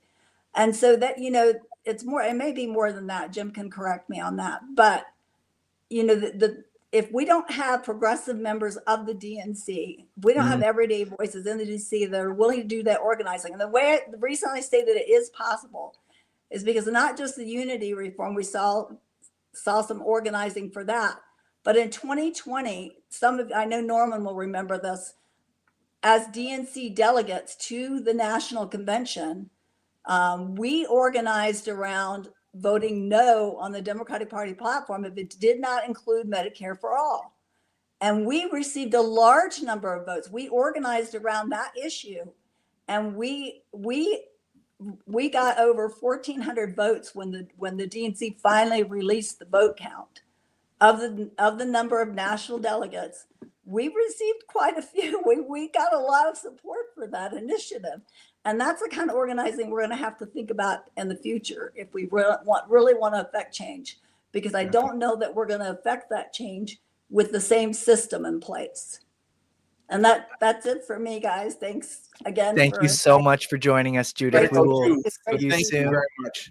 Bye-bye. And as a side note, before we hop back on, more people following this stream than the actual DNC live stream. So we will keep it going, and we're going to head back to the meeting now. So I think I talked a little bit about sort of the theory of the case of getting the DNC out of the DC, making sure that we're organizing everywhere, making sure that we have the basic resources. But ultimately, at the end, what we wanted to do is make sure that we had some budget certainty for the states, right?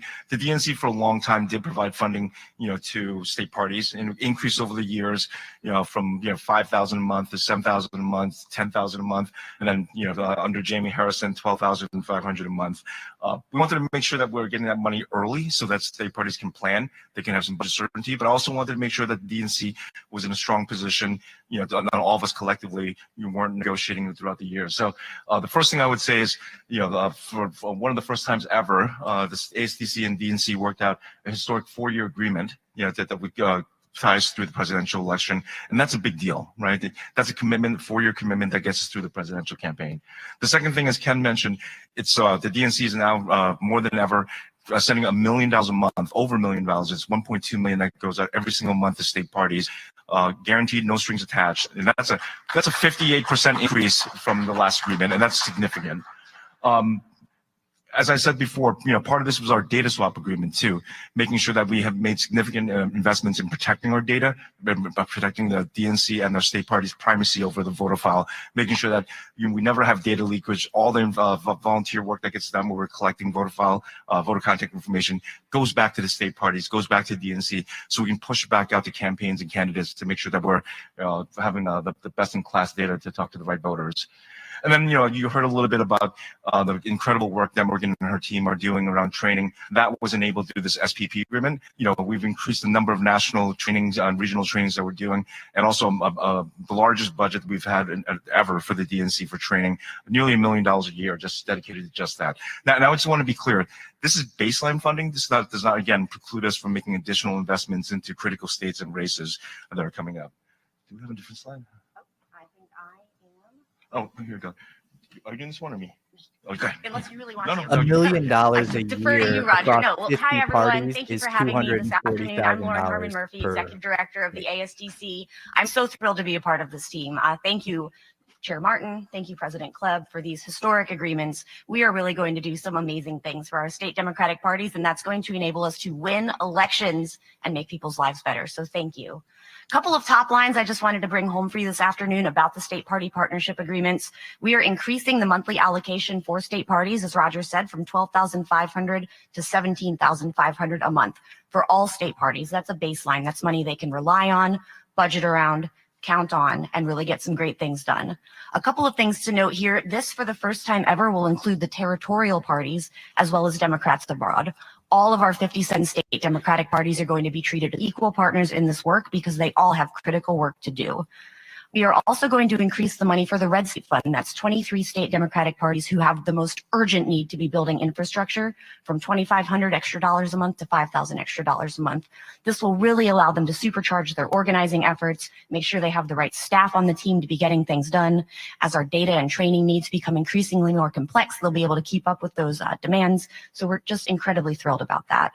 And finally, I'm especially excited to tell you we are increasing our ASDC staffing footprint. No longer a one-woman show. I have a couple of our team members here in the room already. Jack Sheevy, our operations director. We have 5 regional directors now, our traditional East, South, Midwest, and West.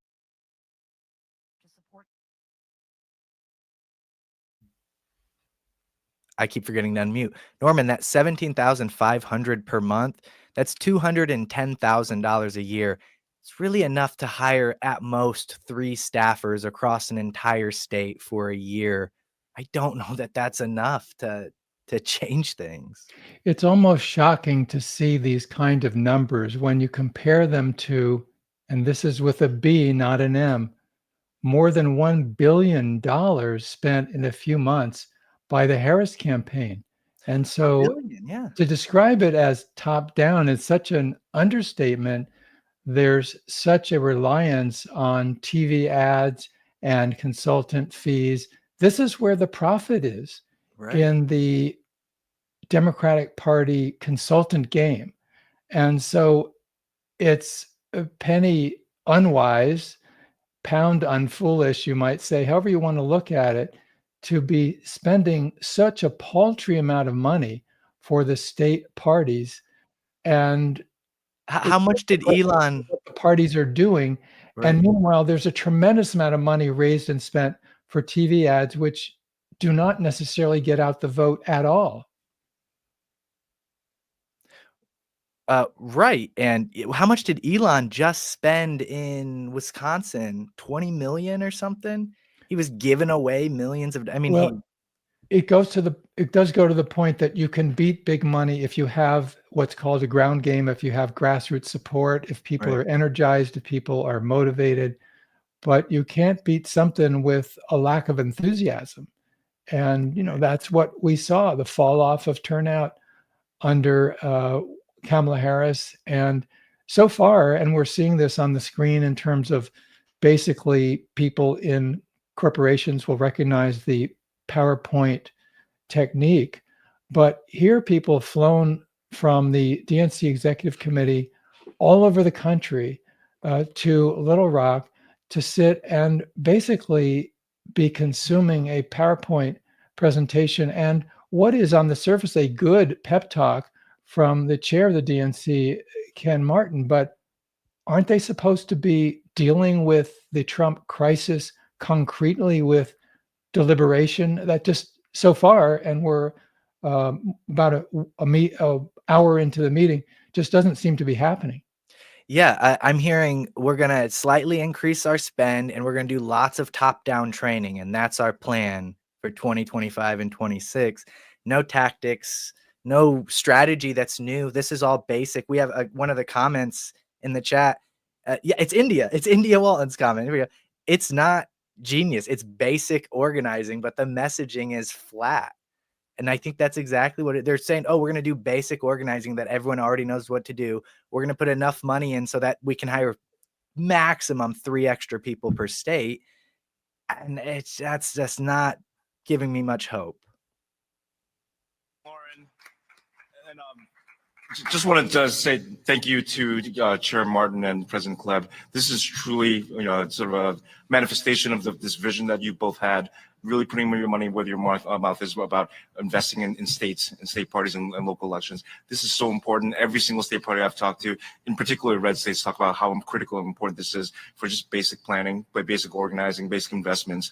And just thank you. We appreciate your leadership, your vision, and your commitment to this. Thank you, Roger. And you know what Roger and Lauren just laid out there is a historic partnership, as I mentioned, that's going to lay the foundation for us to compete and win at all levels of the ballot in every part of the country and in red, blue, and purple states, as you just heard. Through these new investments, state parties will be equipped with more of the resources they need. But why? Why is it important?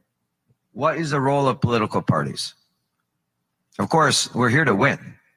But to win, we need to build long-lasting and durable political infrastructure that doesn't just see us through this upcoming election cycle, but is built in a way that is sustainable for cycles to come.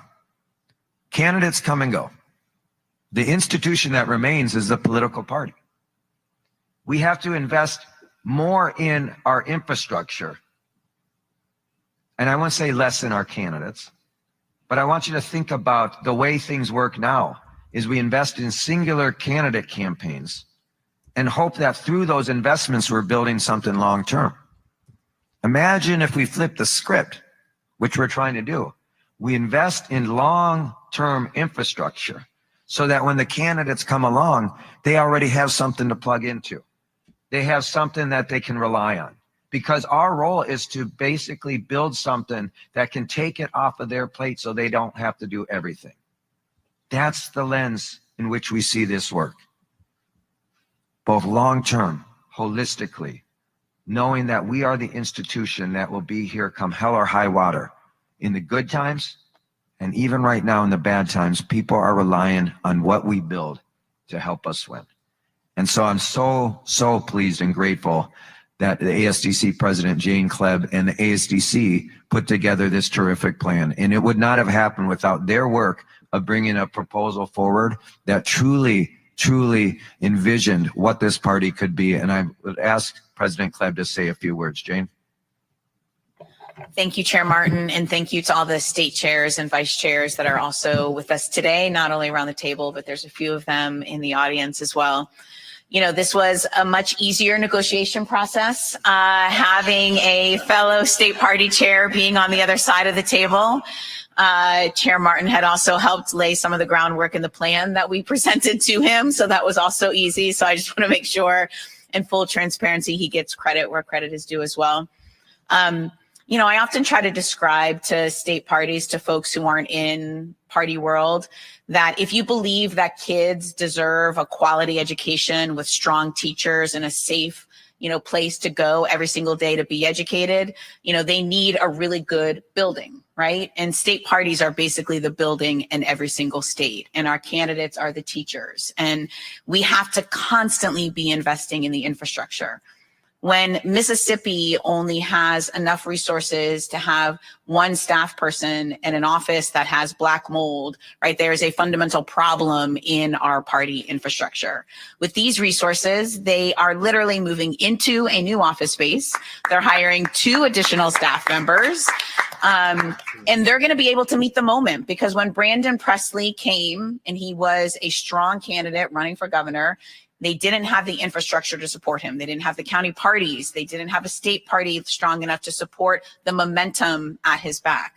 So when you have strong state parties, when candidates are recruited, that's when we win elections, because they have the support that they need in every single county and across the state. So I can't thank not only Chair Martin, but all of our executive committee members, right? Because we are the ones who also approve the DNC budget. So it is on our shoulders to stand up to Donald Trump and to make lives better for folks. And the way that we do that is through the states. So thank you. Thank you, Jane. And I just really appreciate the role of the state parties. Again, congratulations on a first successful meeting. I'd love to see the state parties really doing different things and experimenting with different kinds of organizing, and then that coalescing into what works nationally rather than the opposite. Well, so far, I'm really struck by the almost total absence of acknowledgement of the rage that so many Democrats feel and express towards the Democratic Party.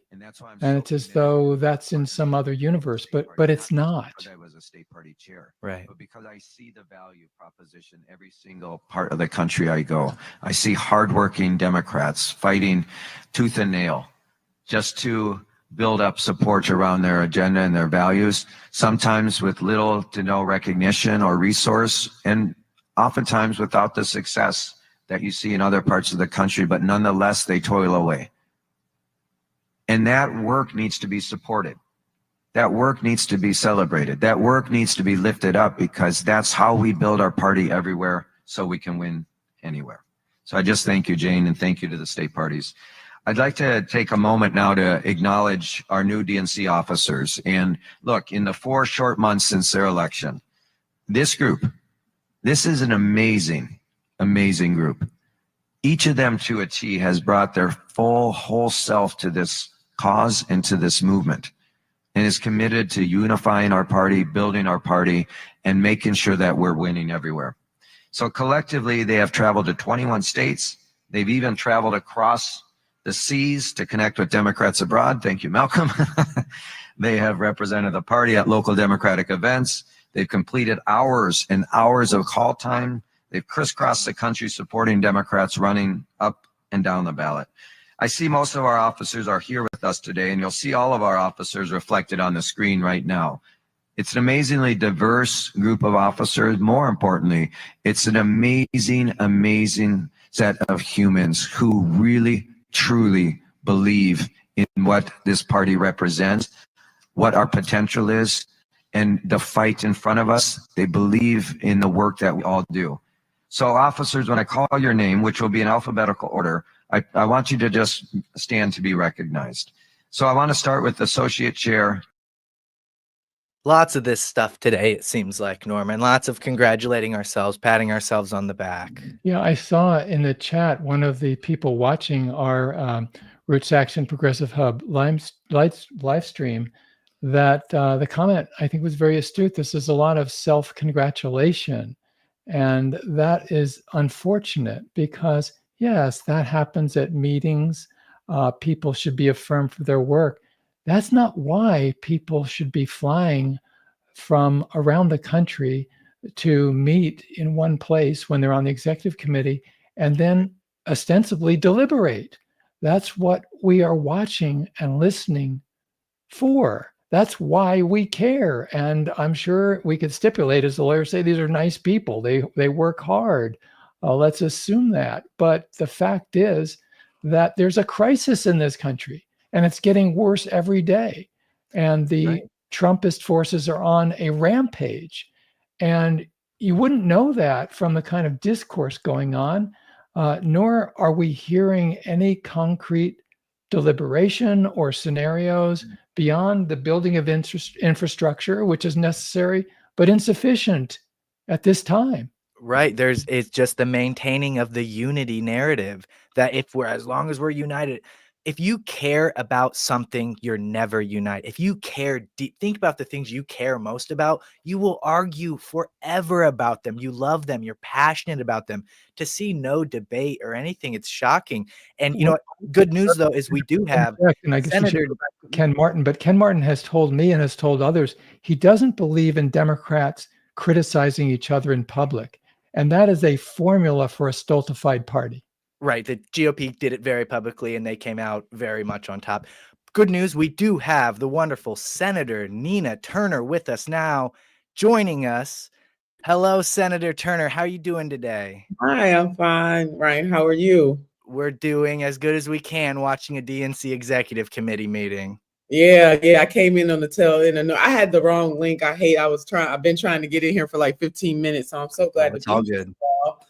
So definitely want to hear. I know Norm was saying that Ken Martin said that Democrats should not challenge each other in public. Is that right? You're muted, Norman. You're muted, Norman. Right, that we shouldn't be criticizing each other in public. That was the gist of his message. Oh, that's ridiculous in every sense of the word. We've been moving in secret and silence for so long, which is why they lost. And I think I heard Ryan amen in that too. This is not the time to coddle Democrats. I hope they don't think that just because if we don't critique each other, now certainly there's a way to do it, but I think we're beyond trying to be nice about this.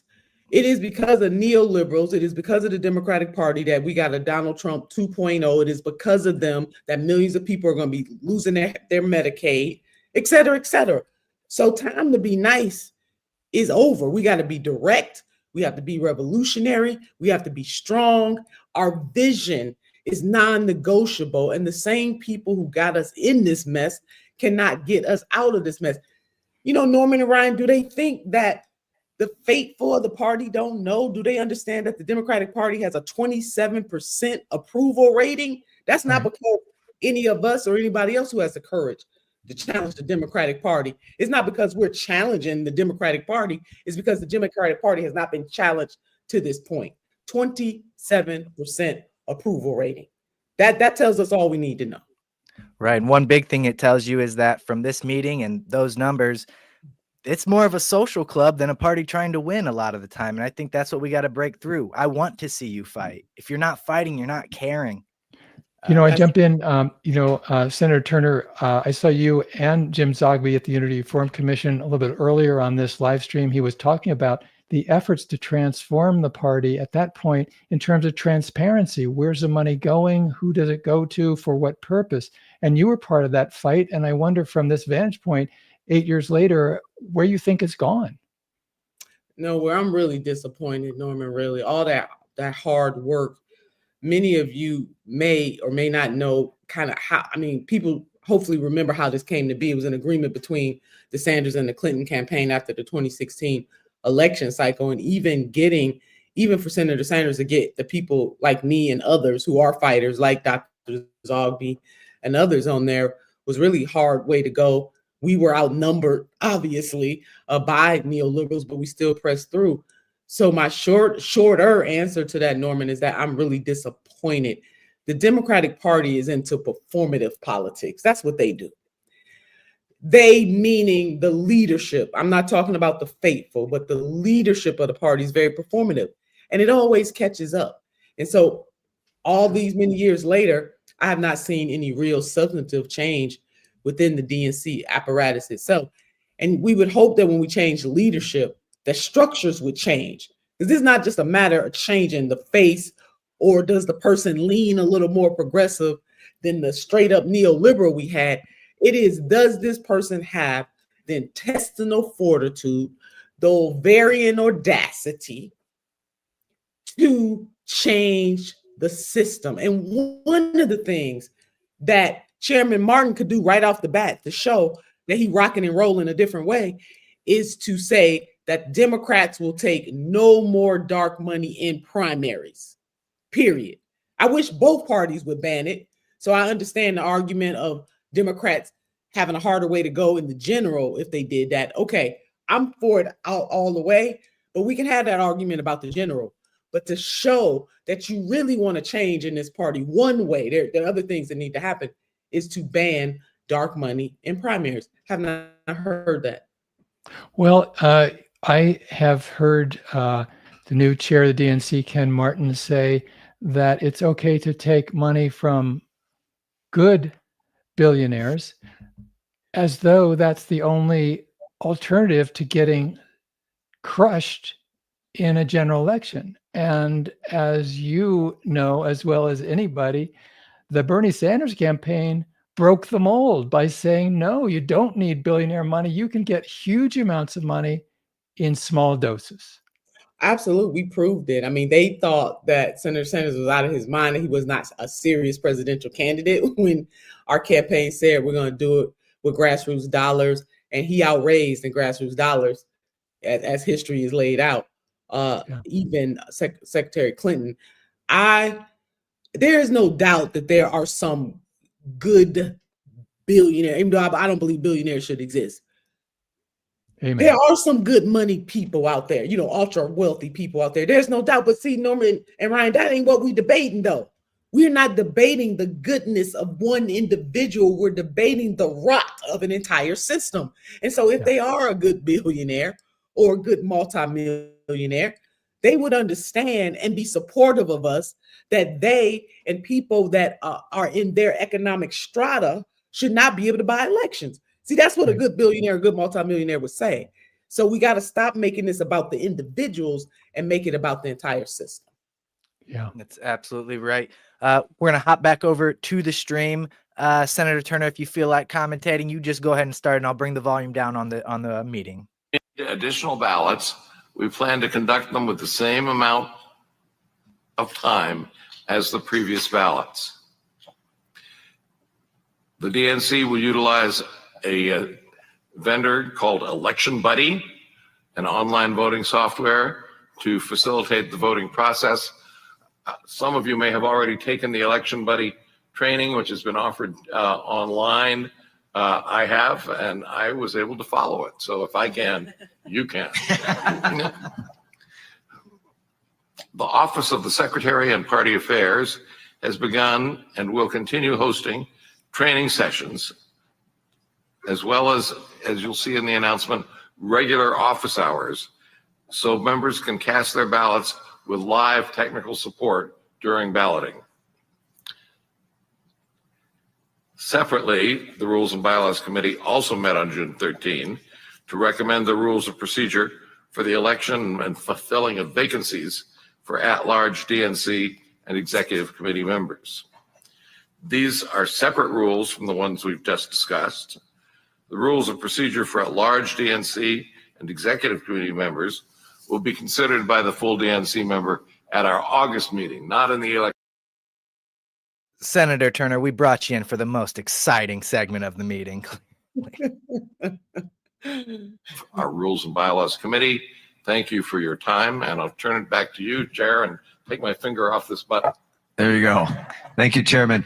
At this point, I wanted to see if there were any questions for Chairman Roosevelt.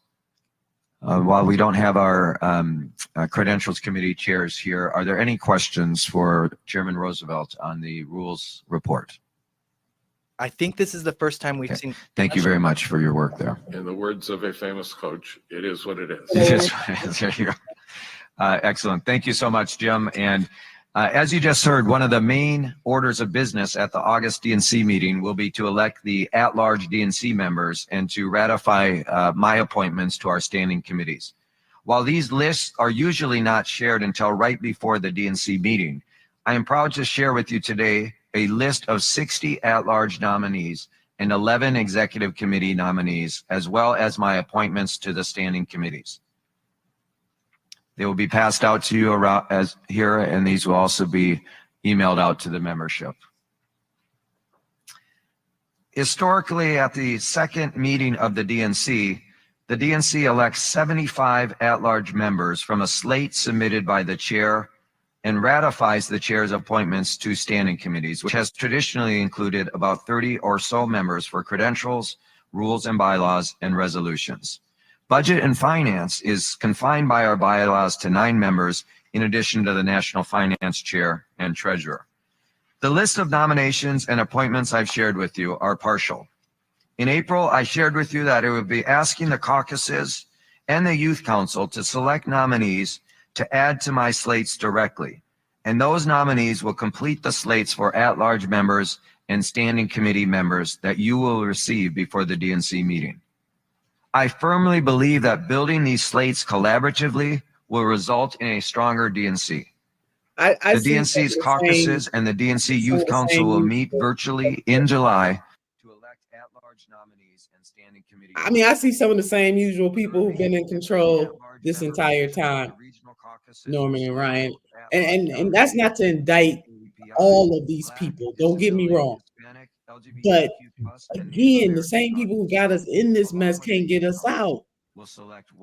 Yeah, good point. Jim Zogby a little while ago on this live stream was talking about a culture inside the DNC and the higher reaches of the Democratic Party power.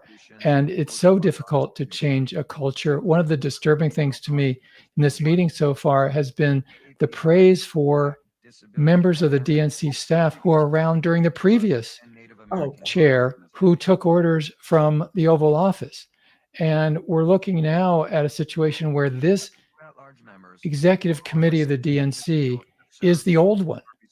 These folks were chosen, handpicked by essentially the Biden regime through Jamie Harrison. So there's not going to be a new executive committee until sometime later this year. And meanwhile, it's sort of a hamstrung situation. Unclear how much that will change even later on.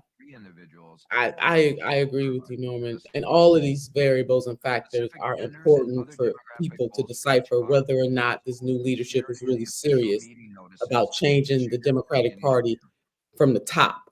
Because it's not the faithful that are problematic. It is the leadership that is problematic. Yeah. And how they're funded. Yes, and definitely how they fund it. Who is not renominated directly on my slate is welcome to run for a caucus or youth council position. It's probably totally normal, but I always look for someone from Indiana on these lists. There never is one, but boy, are there a lot of people from DC. Oh yeah, DC. Listen, I was looking for my name on there. Well, from California, I look at the existing members of the DNC who are representing this state, what they call Western Region. And the chair, Andrew Lockman, is a corporate Democrat, down the line supporter of Israel no matter what. You couldn't find a more quintessential establishment Democrat than the chair of the entire Western region of the party. Gary Shea has been around there for decades. We have a couple other members, including Christine Pelosi. Again, and I agree with what you're saying, Senator Turner, that it's not about the individuals. It's about the way that the system is functioning and power is wielded from the top down. That's right. That's exactly it. I just want the record to note that I'm the first chair in the history of this party to give up power to allow for direct representation and elections to these important committees. This is something I ran on. This is something I'm delivering on. This is something I hope all of you will support. The whole reform package, which is meant at building trust with voters who've lost trust with us. increasing transparency and accountability within our party, bringing in new voices, and at the end of the day, living our values. I know that our fellow officers share the same goal, and I hope all of you do as well. I know that I'm disappointing folks who wanted to be appointed who aren't on this list. And for that, I deeply apologize. We couldn't appoint everyone who wanted to serve. But for those of you who wanted to serve, you still have an opportunity to run for these positions over the course of the summer, and I hope you do so. And so thank you all. At this point, if any of you have any questions on the appointments, feel free to raise your hand. Larry Cohen, Chairman Larry Cohen, who used to lead the communications workers, a strong labor guy, the chair of Our Revolution. I work very closely with him. People like Jane Klebb, she's a fighter too. And then I saw A.G. Ellison. So I do see a few, and that's not to name all the bright lights, but those are the ones that kind of stuck out for me. Ryan, you hit the nail on the head. I mean, this is a private club, right? We know this, and I think we got to educate more people that both the Republican Party and the Democratic Party are private clubs, and unfortunately, they get to lord over or decide how elections are run in the United States of America, and that just shouldn't be the case. Whether you're Democrat or Republican, we should come to some understanding that this is patently unfair, that two private organizations get to dictate how elections go or not go in the United States of America. I mean, one good example for us to share with folks who have joined us is even in this last election cycle, when you had people like Dr. Cornel West or Marianne Williams or Dean Phillips or Robert Kennedy Jr., for example. There are others who decided to run and challenge the system. Well, the Democratic Party worked overtime to keep these various people off the ballot in certain states. Right. They shouldn't be able to, these private clubs should not be able to determine who gets on the ballot and who does not in a representative democracy. And as much as President Donald J. Trump is a type of threat to democracy, he's not the only threat to democracy. And the Democratic Party itself leveling that indictment against him rings hollow because they too are a threat to democracy. And that's just one example. So again, he's a type of threat, but so is the way that the Democratic Party operates a type of threat to small d democracy.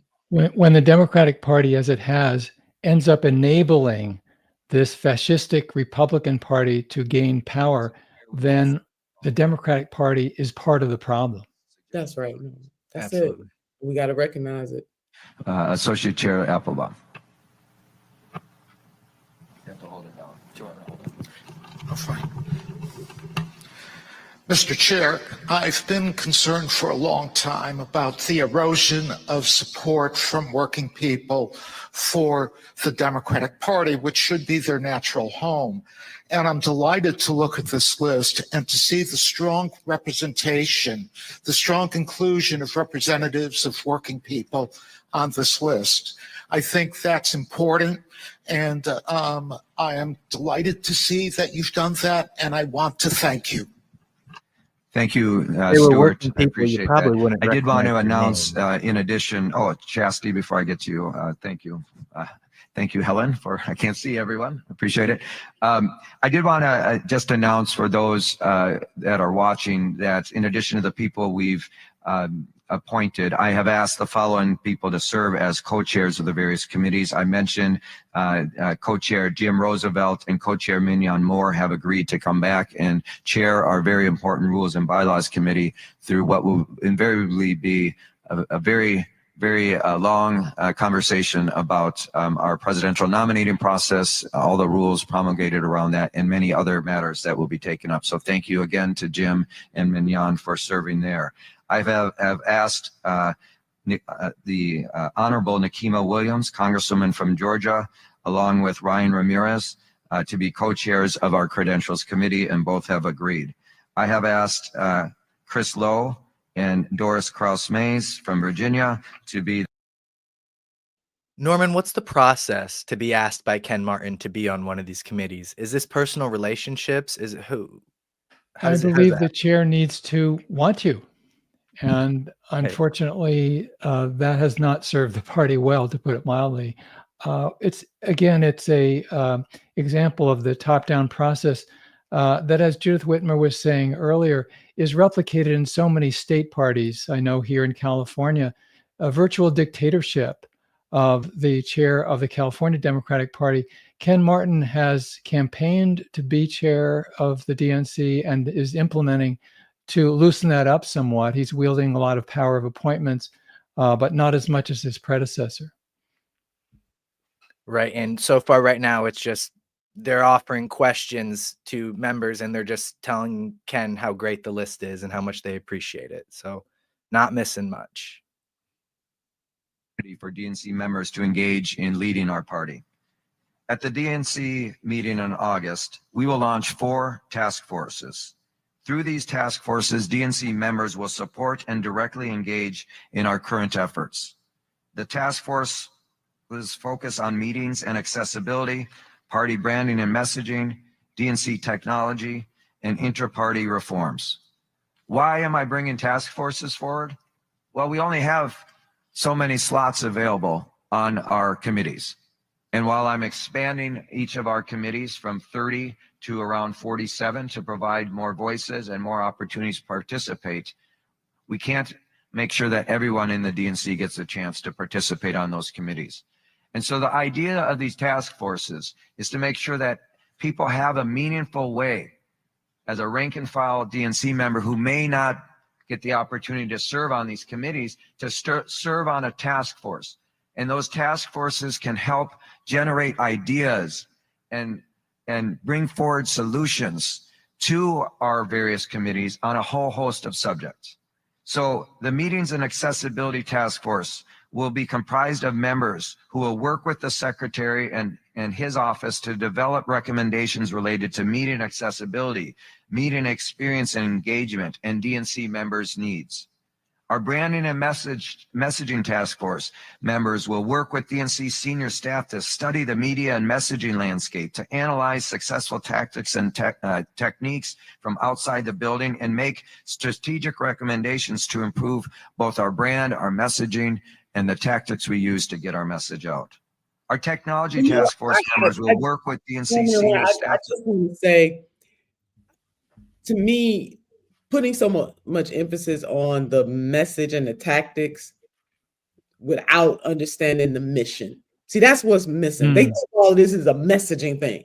No, you don't have the right mission. If you understand your mission, then the right message will come. What is the mission? Universal health care, the 21st Century Economic Bill of Rights, the freedom budget as envisioned by Asa Philip Randolph, the Reverend Dr. Martin Luther King Jr., and Bayard Rustin in the 60s to eradicate poverty in the United States of America in a 10-year period. See, the mission drives the message, not the message driving the mission. And they're rudderless.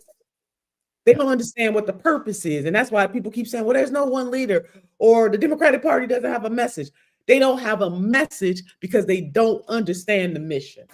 And this right. is And classic. what you just laid out is exactly what our mission is and what their mission should be. But I bet if you ask them, we were talking about this earlier, their sole mission appears to be to present the idea of unity to everyone without rocking the boat, and while making their corporate donors happy and making sure that they get to maintain their status and power. This is a classic problem where when the Democratic Party runs into electoral problems, the response from the top is, oh, we just have to improve our message, as though if you have a bad product, you just have to have a better, shinier package on the outside.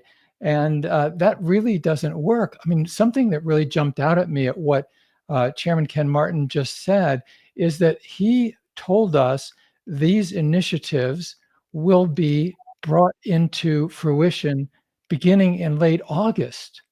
Late August. This is late May.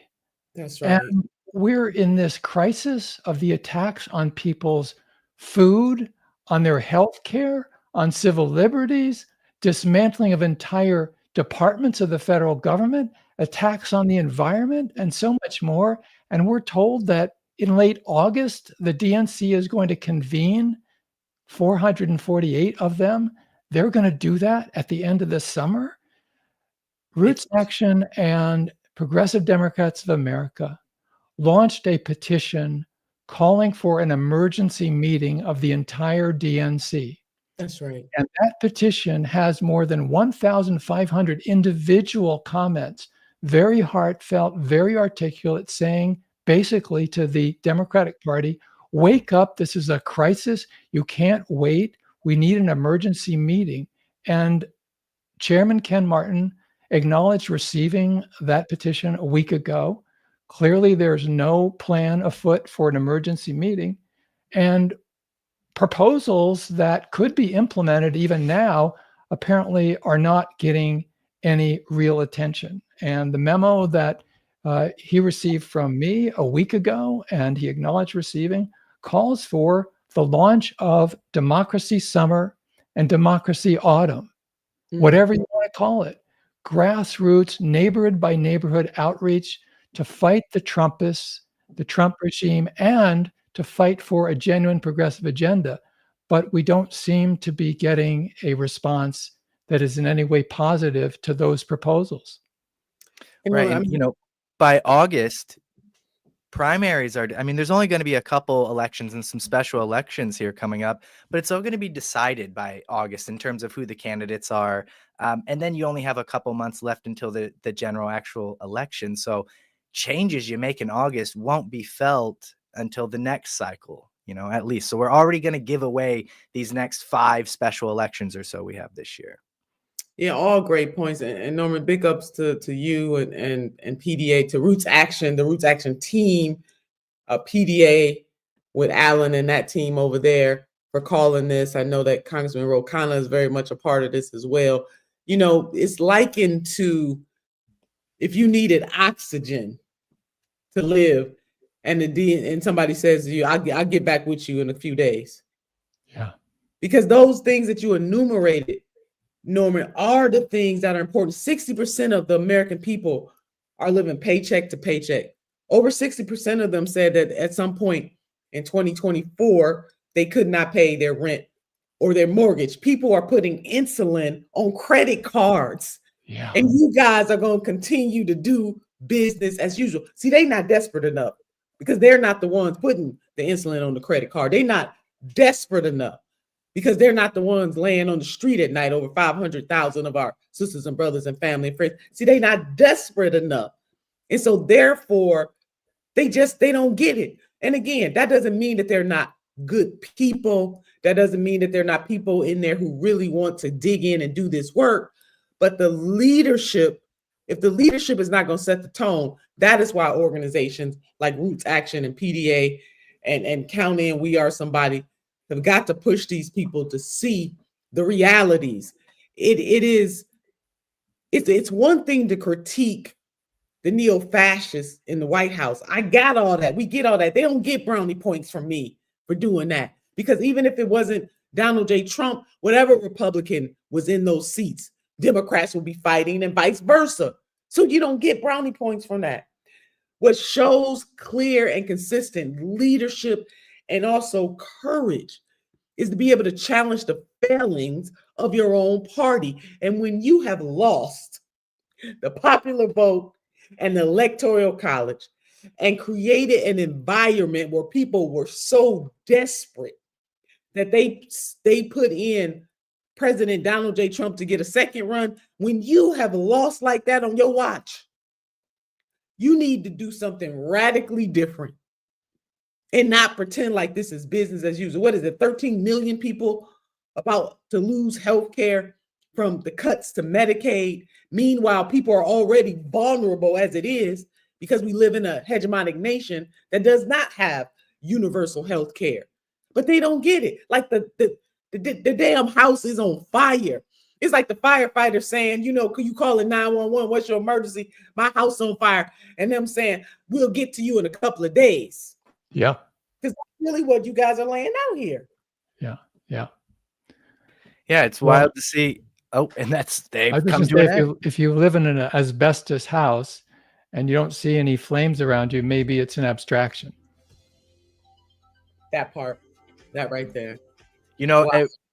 apparently they're done. I'm going to leave it on just in case. But it reminds me of, growing up, the Democrats were supposed to be the anti-war party. How old was I? I was 11 when 9/11 happened. So I Yeah. kind of remember the before time a little bit.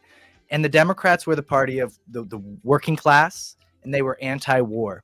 And something happened. If you remember, this is a little later, maybe 2015, Barney Frank had this quote where he came out and said, well, of course we should take corporate money. Of course, because we can't win if we don't. We have to do this. Well, you might say that the Democratic Party was schizophrenic about war, whereas Right. the Oh, boy. Republican Yeah. Party Well, was all in. Rahm And wanted to keep, originally, Democrats would say, oh, well, we maybe go with the war. But then the base, they somewhat slowly listened to the base. And now, of course, it's upside down. And unfortunately, we got two war parties. By continuing to take this money, the change that we saw in the Democratic Party is now a party that supports all wars all the time, always, and are almost fully funded by corporate donors. And so you've seen the parties really come. Well, the Republican Party went right, and the Democrats went right with them because of how it's funded and how it operates. And I think a lot of that has to do with what Barney Frank was saying. The logic of these people in power is, well, we have to take as much money as we can, or else there's a chance we could lose our power. But well, really, here's the question for you. This executive committee meeting of the DNC began an hour and 45 minutes ago. It was scheduled to go 3 hours, which I found shocking that it would go for only 3 hours. We should find out whether this is an intermission. Have they gone into closed session? And we have our correspondent in Little Rock, Sam Rosenthal, the political director of Roots Action. I'm sure he can let us know. We should keep going here. It would be important to find out, I think, what's up? Why are we getting from the Democratic Party, thank you for watching? Does that mean we're done, or hang around, we're coming back? Yeah, we're asking people. Some people are asking to sum up what just happened. Yeah, we're done. We just switched to a Richard Wolff video. Oh my! So yeah, that's that. Are you saying we have that Sam on the ground Oh, I right see. now? He's going to join us again shortly, but he is Great. also trying to figure out what's going on. He's had a guy kind of been following him around the whole Well, time. we have some great interviews lined up, including Yes. with Congressman Ro Khanna, who, as you mentioned, Senator Turner, is the congressperson who's endorsed the PDA Roots Action call for an emergency meeting of the DNC. And it will be really interesting to see what has become of this meeting of the executive committee, because if they have ended their stream that we have been relaying, that's pretty remarkable. Yeah, no, it is. Can't wait to hear what the congressman has to say and others that you all have on the ground. And Ryan, you were saying that one of Roots Action's folks are being followed by somebody? Yeah, we have Sam on the ground there, and there's just been a little bit of a DNC guy who's hovered very purposefully around him the whole time. There's probably very little media there since they didn't tell anybody. Well, this gives me a chance, Ryan. You're reminding me that this is a Progressive Hub production. What is Progressive Hub? It's online at progressivehub.net. Ryan Black and Sam Rosenthal are the editors, and every day there's new information. There are videos, there are articles. And what's unique about Progressive Hub is when you read an article, every time you go on that page, there's an action item telling you what you can do about it. So it's not just seeing what's wrong, but at progressivehub.net, whatever you find there, whatever you read every day, the news, there's also an action item. It'll take you a minute or 5 minutes. You can do a Roots action or other activity. So this is about activism. And I do hope that people who are finding this Progressive Hub live stream useful, make it a habit every day. Go to progressivehub.net, and I think you'll find a lot of value there. Yeah, and actions. The thing about being a progressive or on the left is pretty much every news story you read makes you mad. So when you're mad, you can do something about it right away. Progressivehub.net. Encourage you to go there, make it part of your media diet. We have an interview with Ro Khanna we can play, but we're going to hold for a minute because Sam is about to get an interview with Ken Martin that we will do right here and listen in on. I'm just waiting for Sam to reconnect, but they're getting that now. So I don't want to start another interview if that's about to happen. Senator Turner, stay on as long as you want. Feel free to go at any point. But if we could just quickly sum up what we just saw there, Norman, this meeting seemed to be a whole lot of nothing, a whole lot of congratulating themselves and patting each other on the back, making lists of their friends. I didn't hear much that was news at all. What are your thoughts? It struck me as pro forma and perhaps is contoured around what we sensed in the last few days, that this is not an outward facing meeting. It's more housekeeping. And that's disappointing to me, because you need to communicate with people if you want support from the public. Right. And well, Ken Martin early on mentioned the accessibility to the meeting. And we made the points of, it's in Little Rock, Arkansas on a work day during work hours, a city you can't really fly to from anywhere. And no publicity. Comments were turned off on YouTube. No advanced publicity in that, I kept going, as I've mentioned, to the Democratic Party website, no mention of it whatsoever. So you would think if they wanted people to watch, they'd let people know about it ahead of time. Well, and even then you had people in the building there who were allowed to comment and ask questions, and every comment or question was essentially, great job. We're doing a great job. I just wanted to add that I love this list. And so it's a performance. I mean, it is absolute performance. And the Academy Award goes to. Say again, I'm sorry. I said, and the Academy Award goes to, because that's what that's right. That's exactly right. Geez. Senator Turner, we saw you in Chicago at the during the DNC, the progressive meeting, and you got the whole room fired up, and we're excited. We're like, oh no, we are going to win. We're good now. We're good now. None of that here. No excitement. I mean, the moment you came in, it was the most boring part. And it's just, how are we going to get people to vote like this? How can these be? I'm sure they're good and at their jobs, but man, we got to have some energy. I think we do have Sam now ready. If Sam, you can give me the okay that you are ready to go, give me a thumbs up and I'll bring you on now. I don't hear him. I'm just going to bring him on. We'll see how it goes. He's asking for a thumbs up. How you doing, Sam? You're good. All right. You gave us the thumbs up. Yes, he is we're here now, on Sam. a live stream. Okay, that's fine. Okay, Cool. Whenever you're ready, Sam. Whenever you're ready. Okay, I can't hear y'all, but we're going to be speaking briefly with Chair Ken Martin in just a minute or two. So the meeting's just ended here. We're going to hear about his vision for the party, some of the things that they just discussed in the DNC meeting, and hopefully we can talk a bit about what we've been discussing on the live stream. The Democratic Party's need to reinvest with working class voters. The parties need to more urgently combat Trumpism. So we're going to hear about a bunch of that in just a second, as soon as Chair Martin's available to talk to us. Gotcha. And on the ground there right now, are there a lot of executive committee meetings chatting with themselves, talking? Is it generally positive?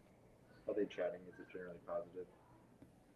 I think that Sam maybe can't hear us. That's right. Sure, yeah. Can you hear them now? Here, I'm having a little issue hearing you all there, but...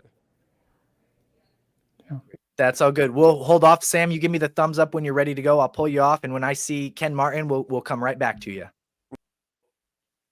I was thinking, I mean, to ask questions about Trumpism, that's fine. I want to know about neoliberalism first.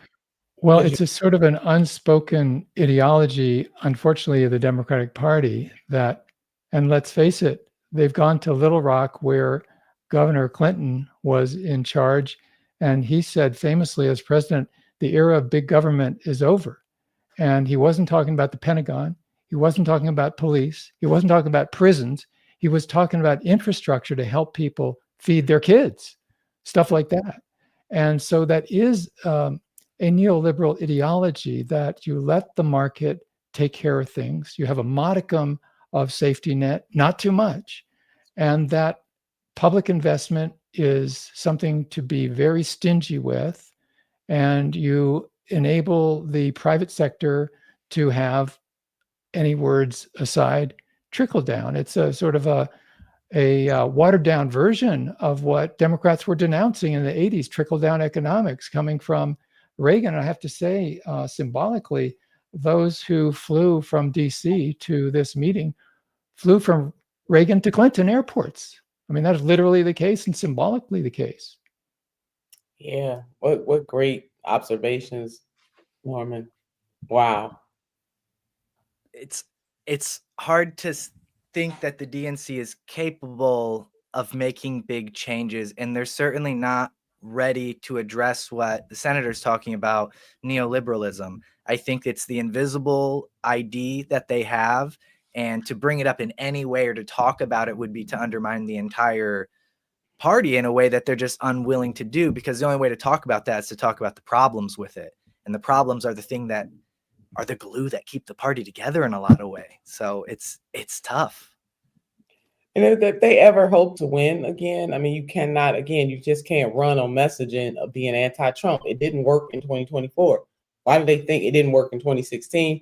Certainly didn't work in 2024, where Trump had more on him in terms of legal troubles, than he did when he ran the first time. You mean to tell me y'all still couldn't win? I don't use the ex-felon thing. I don't take that lightly. And I just want to share this with members of the, people who do come to watch and listen to what we have to say on the Progressive Hub.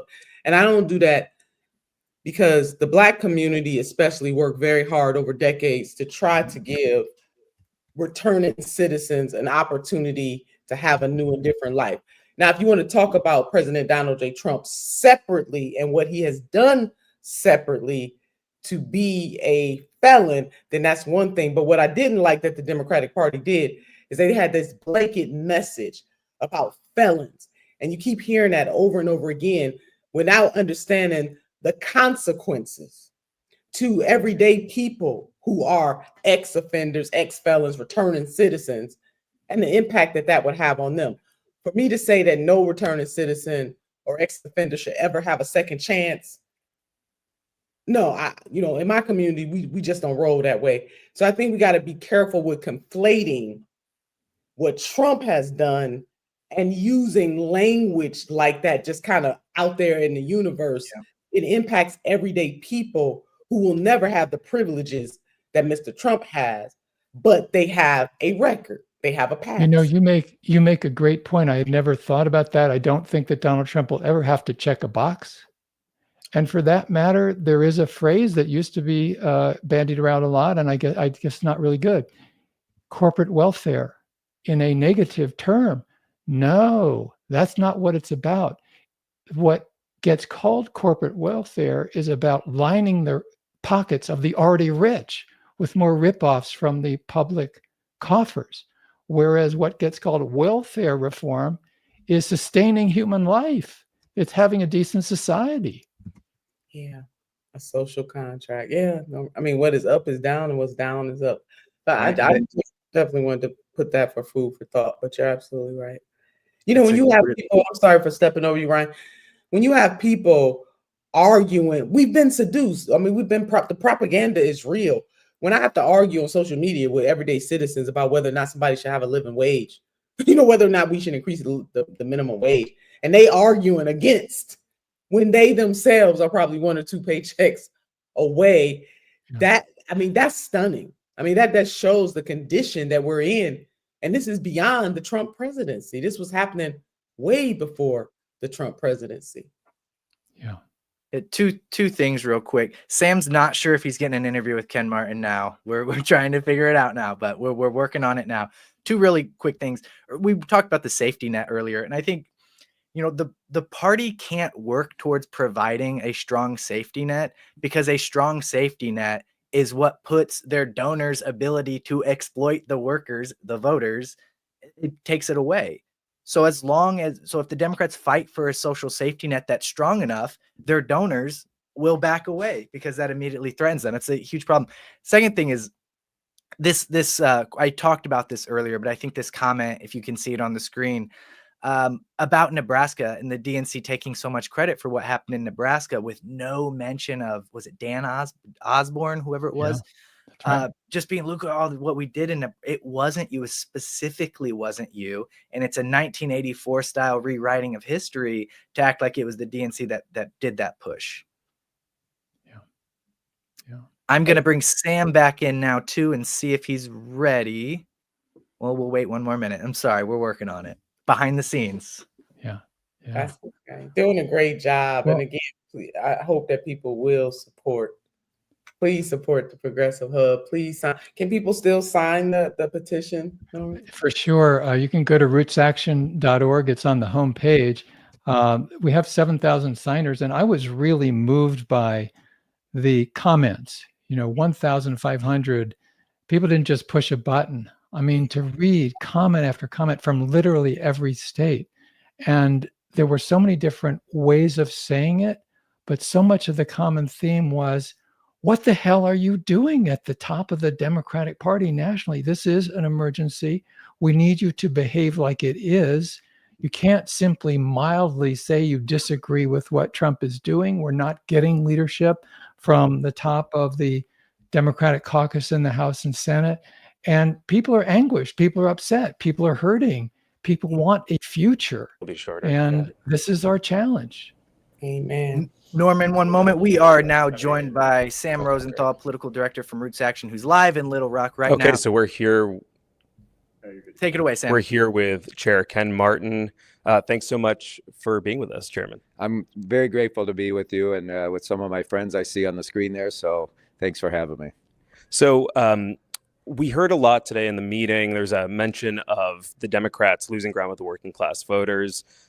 This has been an issue. It's shown up in polling. It showed up in the last election. What can the party do to restate its value proposition to working class voters and get them back into the party? Well, look, and Senator Turner knows this, and she talks a lot about this. At the end of the day, I'm the first card-carrying union member to ever be elected to the DNC member, DNC chair. And at the end of the day, part of what we have to do to actually get working class people back is focus on a working class agenda. Talk about raising the minimum wage. Talk about passing paid family medical leave. Talk about earning sick safe time, right? Talk about collective bargaining rights. Talking about building an economy where we are actually increasing wages and we're fighting back against corruption and billionaires. That's what we need to do. And we need to be bold. We need to be aggressive. We need to be authentic about it. And at the end of the day, we need to meet voters where they're at. We need to communicate where they're actually at. That's one of the biggest lessons from this last election, and where we got our butts kicked is we weren't actually communicating with where voters were getting their information, and we have to do a better job of that. It's not just what we say,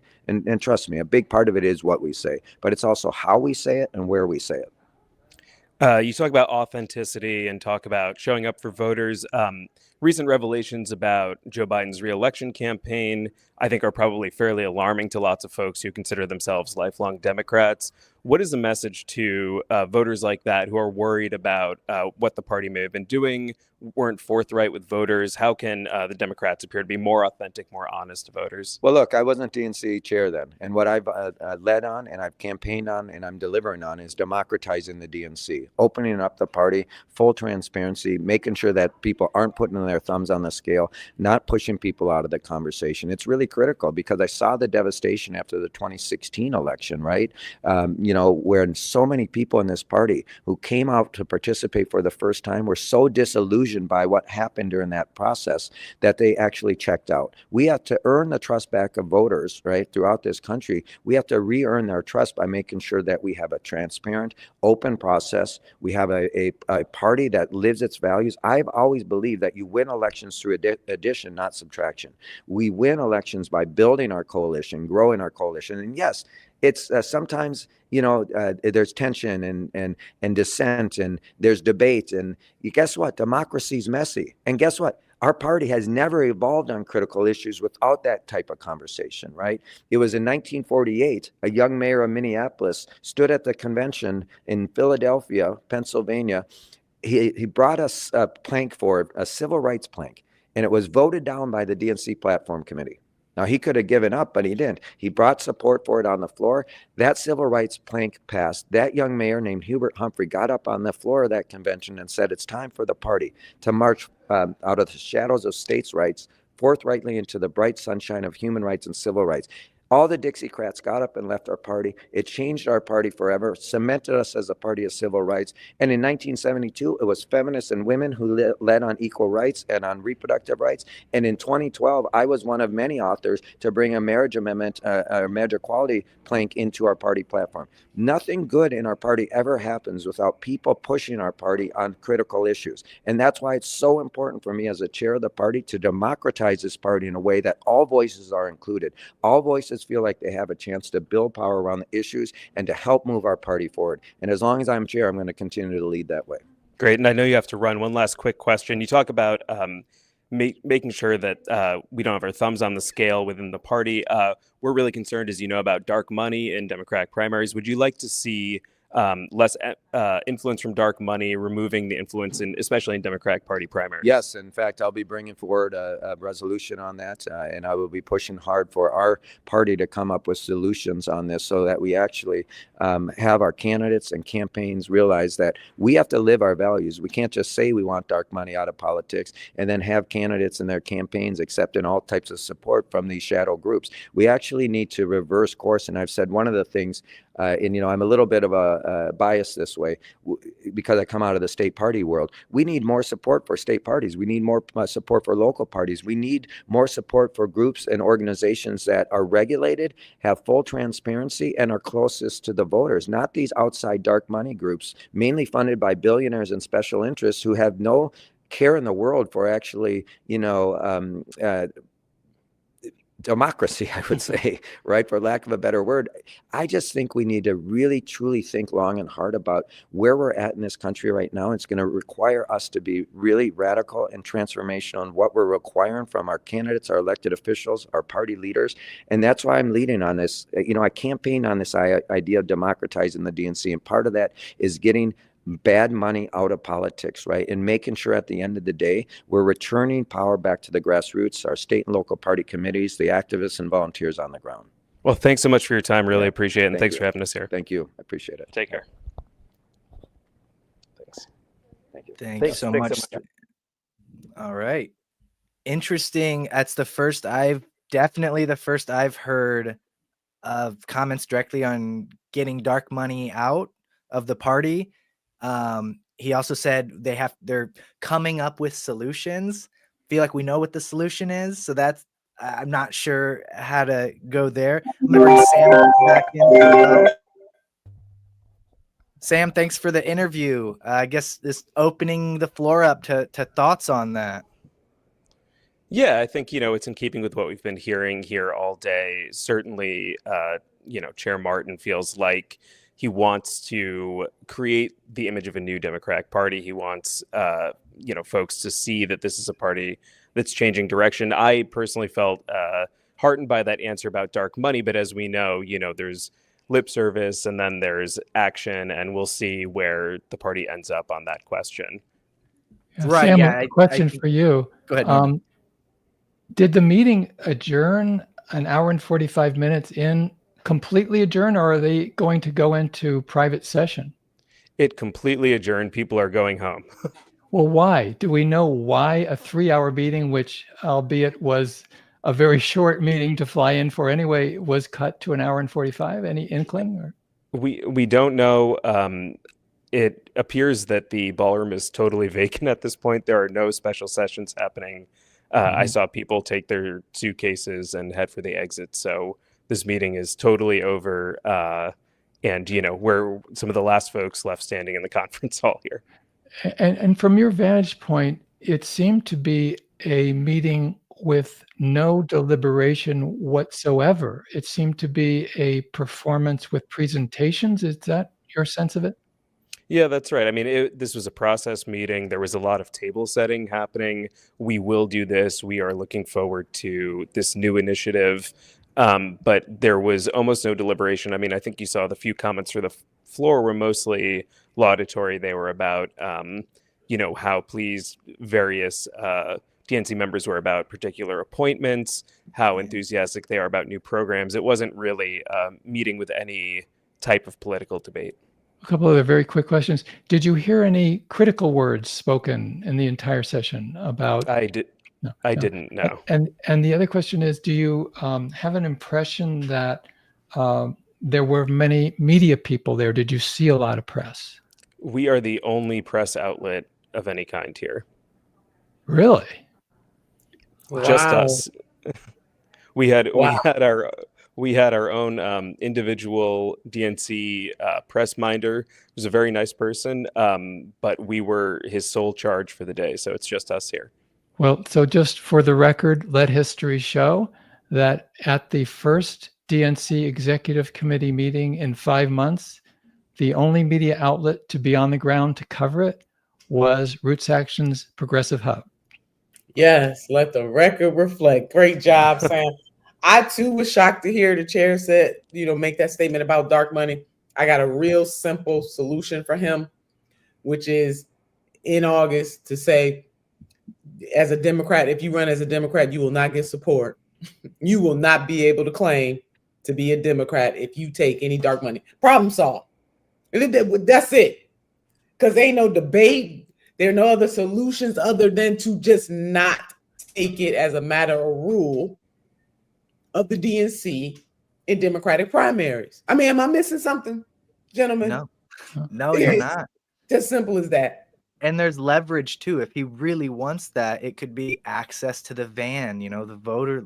There's tools they have to say. Just explain to viewers what VAN is. Could you explain? VAN is how the Democrats, specifically the Democrats, target voters. It's a piece of software they go in and can draw lines around neighborhoods, find out exactly which houses are Democrats so that they can go knock those doors or call them or cut a list, it's called, for texting or something like that. They can go in and see, oh, this Democrat hasn't voted in the last 2 elections, but they used to vote. So maybe you can learn a lot about voters through the van. It's critical for a campaign. But what you're saying, Ryan, you're saying that if a candidate took dark money, the DNC could simply say, okay, we're not going to give you that tool.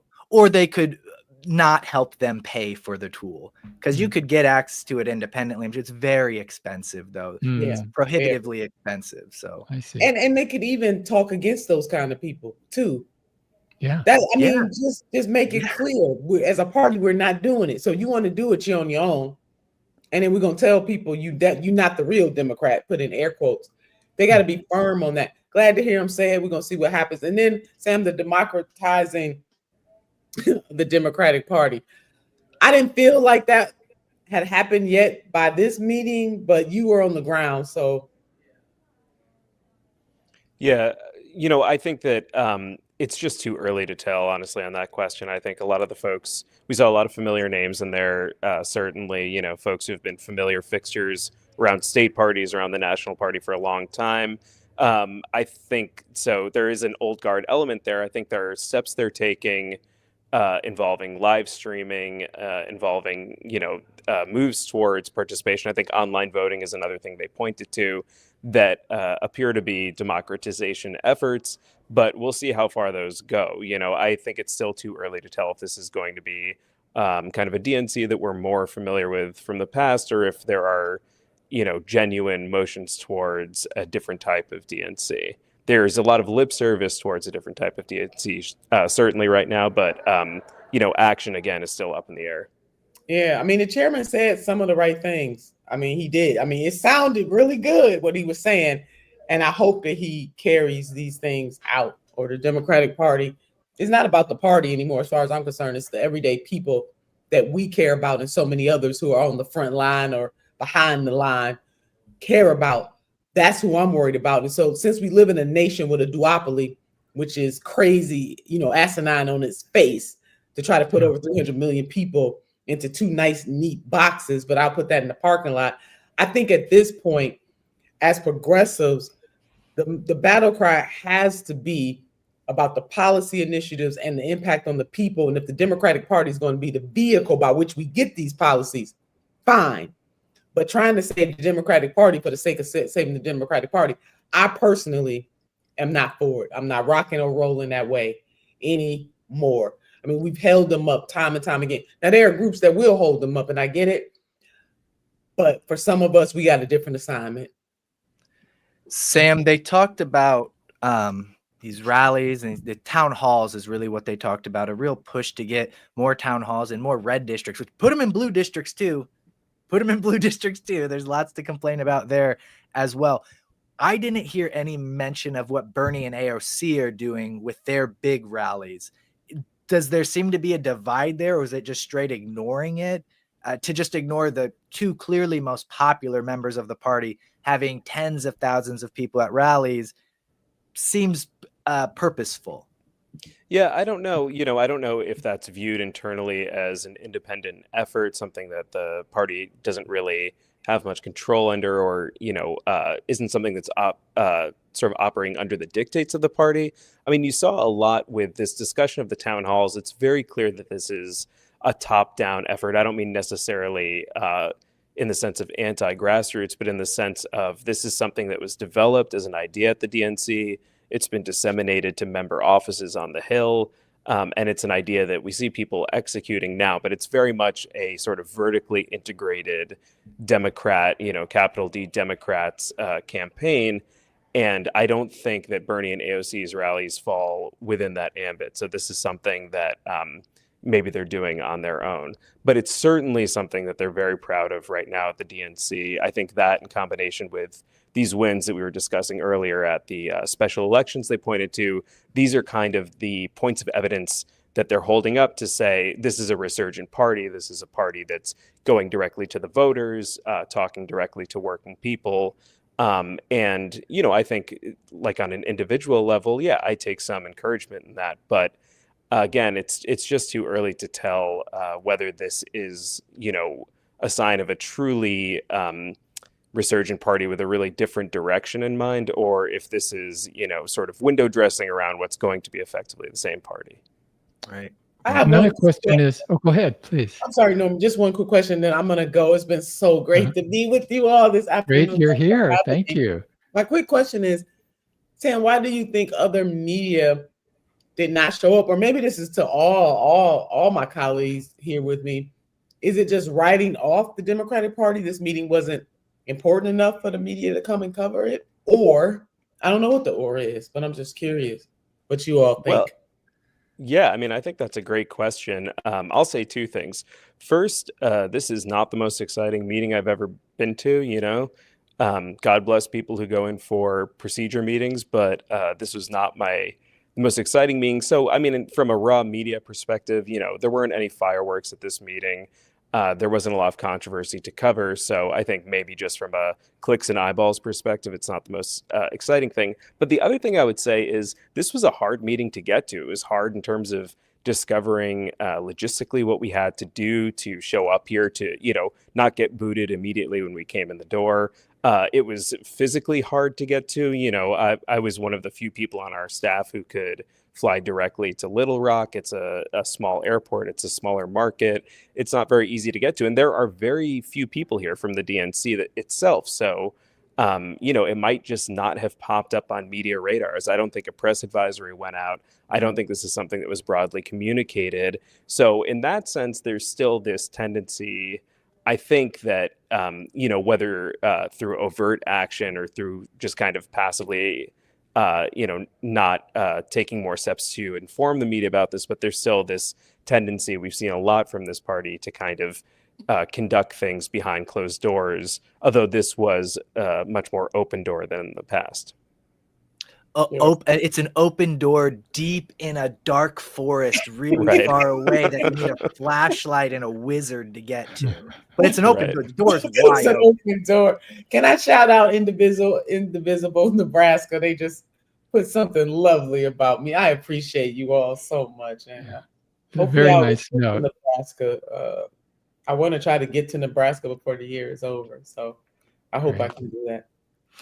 Okay, do we have any closing thoughts? I do have a couple interviews I'd like to play before we get out of here. So, Norman? Oh, for sure.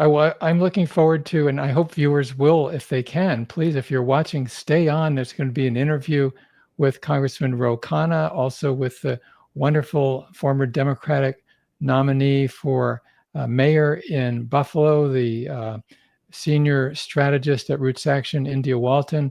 And I also had, in the meantime, a couple questions still for you, Sam. Yeah, happy to stay on.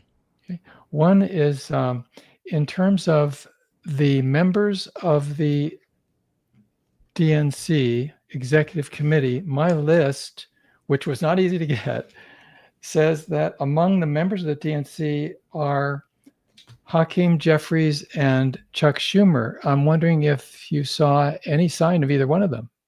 There was no sign of either one here. This was strictly, faces and names who I don't think your average viewer at home would recognize. And my list says there's 60 members of the DNC Executive Committee. Any ballpark guess of how many were in the room that were members? I think maybe 30, I would say. So they barely got a quorum. Right, Yeah, I guess that's right. He made a point of saying, "Hey, we got a quorum." So, why wasn't this a Zoom meeting? I guess is my question. From the DNC? Yeah, from the DNC. Why wasn't it just a Zoom? Why were they if they're not going to meet and get together and really put their heads together? It seems unless it's just like a requirement to meet in person, it seemed unnecessary. I'm not sure, Ryan. You know, one thing that came up a lot, and you can kind of tell that people are anticipating this later in the summer, is that there are these really consequential and I think probably contentious votes coming up that are going to be online votes later in the summer. Some have to do with whether or not Malcolm Kenyatta and David Hogg can remain as members of this committee, as members of the DNC. And so I think those are going to be much more contentious. You know, we saw both Kenyatta and Hogg here today. They didn't want to talk to us, but they were here in attendance. So, I'm not sure what that's going to be like, but I think that's a meeting that perhaps you would be inclined to hold in person, but it's going to be online is my understanding. Yeah, I understand that vote is coming up pretty soon here in early summer. Is there any other consequential vote online before their in-person August late meeting?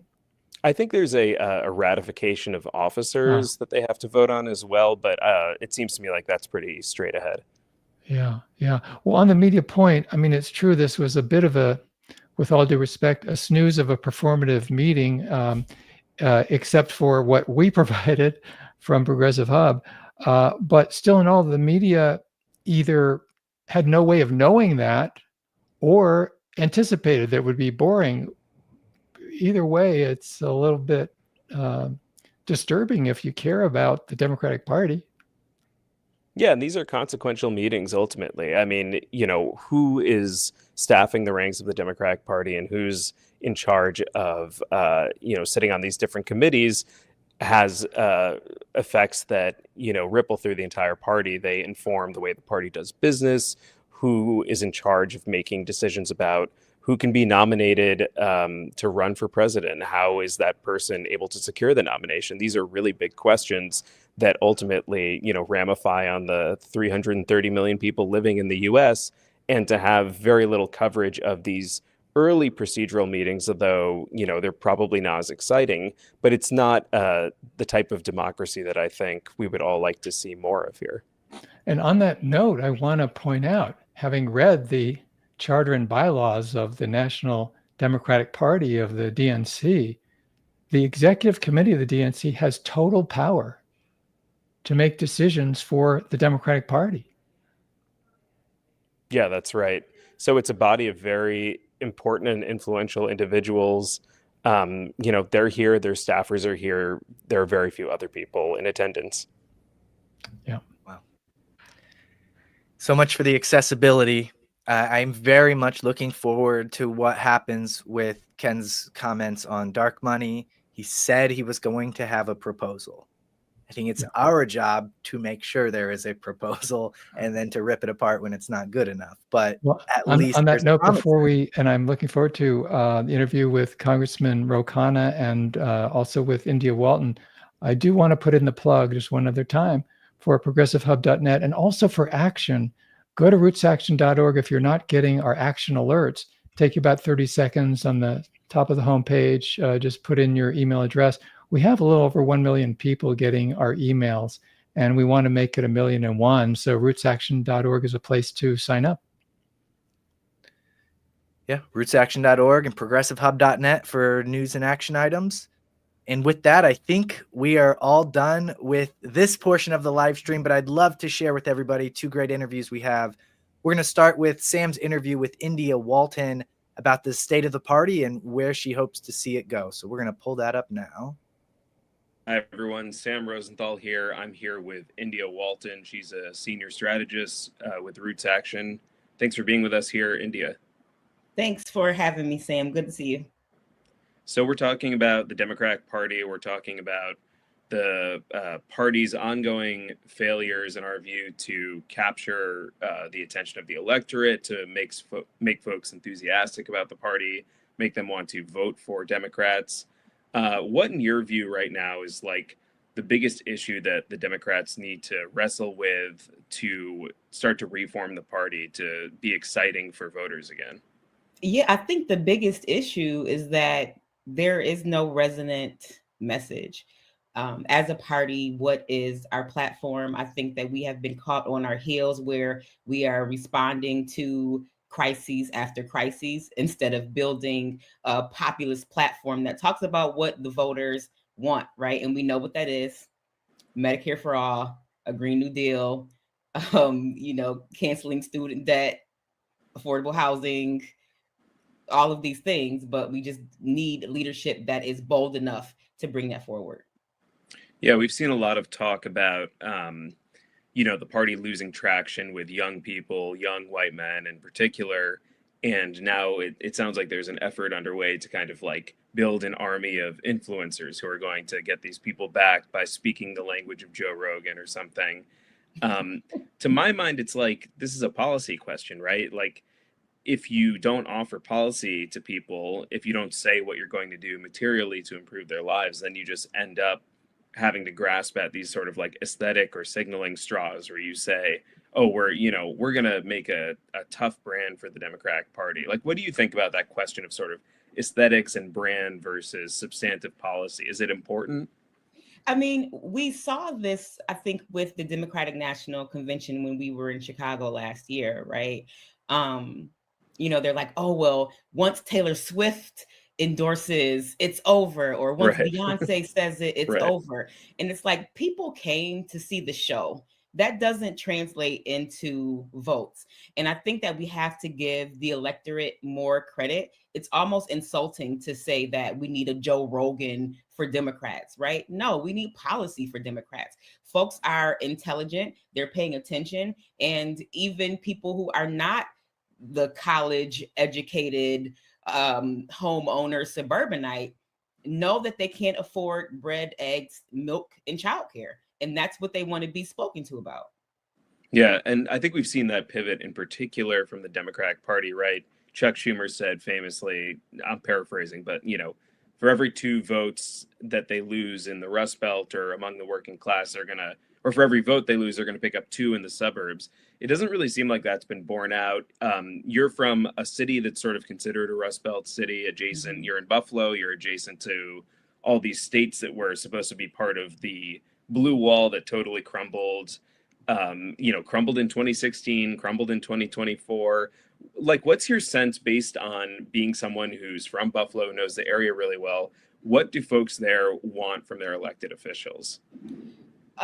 We want our elected officials to grow a spine. And make no mistake about it, I'm in Buffalo, but I'm in Erie County, and Buffalo is a blue dot in a very red county. A lot of our electoral districts went for Trump in 24. So the response that we've been seeing from our elected Democrats has been lackluster at best. We're having ICE raids. We're having our neighbors kidnapped from job sites and court hearings and all manner of things. And like, there's this deafening silence and failure to respond in a meaningful way. And I think that that's going to show up at the ballot box. Yeah, I think we were hearing a lot going into this election that this was the defining election, the most critical election of our lifetimes. I think it's the 3rd critical election of our lifetimes in a row that we've had. And we heard a lot about how Donald Trump is this existential threat to democracy. I think folks had different views on that going into the election, but it seems pretty clear to me now that like he kind of was, and he is, and he and all of the sort of the fascists, the ultra right folks that he's brought into office with him are really pretty intent on disassembling the federal system. They're intent on turning the power of the federal government against victimizing groups of people who they don't like, queer people, people of color, working class people. And all of this, or a lot of this, has to do with the way the Democrats ran the last election. So let's talk a little bit about Joe Biden. At Roots Action, we were the first national group to call for Joe Biden not to run for re-election. We did that right after the midterms in 2022. We were a pariah organization. We were derided by the establishment, and now everyone agrees with us, right? It's obvious that this was the right call. He never should have run in the first place. There should have been a primary, probably. So what do you see when you're looking at a party that is now trying to recover from the Biden fiasco? Like, what's your diagnosis of the problem that the Biden fiasco lays bare, and what can they do to resolve that? I think the first problem is that there was like no introspection, right? Yeah. Like the postmortem on the election was like, it was the progressives' fault, or it was the uncommitted movement, or like, well, there you go, Dearborn. Are you happy now? Right. There was a failure to assess what happened in the Biden administration and in the Harris campaign that didn't, number one, speak to voters, and number two, didn't bring the electorate out to vote for Democrats. And I think that in order to get that back, there needs to be bold action and a plan. More of the same is not going to get us anywhere. People are struggling to survive every day, and the current administration is not playing by any rules. I think that Democrats are so stuck on process and procedure and what we can and cannot do. And the Trumpers don't care. They're doing whatever they want to do. And we don't have a response for that. And instead, we're laying down, we're allowing them to pass this egregious budget, making all sorts of cuts to social safety net programs, and everyone is going to feel this. It's already terrible. It's going to get much worse. And my fear is that our leadership has not come up with an appropriate response to any of this. And that should be that we are in a state of crisis. It shouldn't be that, well, legislatively, we don't have the votes, we can't do anything and throw our hands up and give up. That should not be the response. It should be that we are in a time of crisis and we have to come guns a-blazing. I need everybody right now to have Jasmine Crockett energy. Right. You almost get the sense that the Democrats are holding out process and procedure as like an excuse for not doing anything. We don't have the votes, or we can't really do that. That's not really allowed.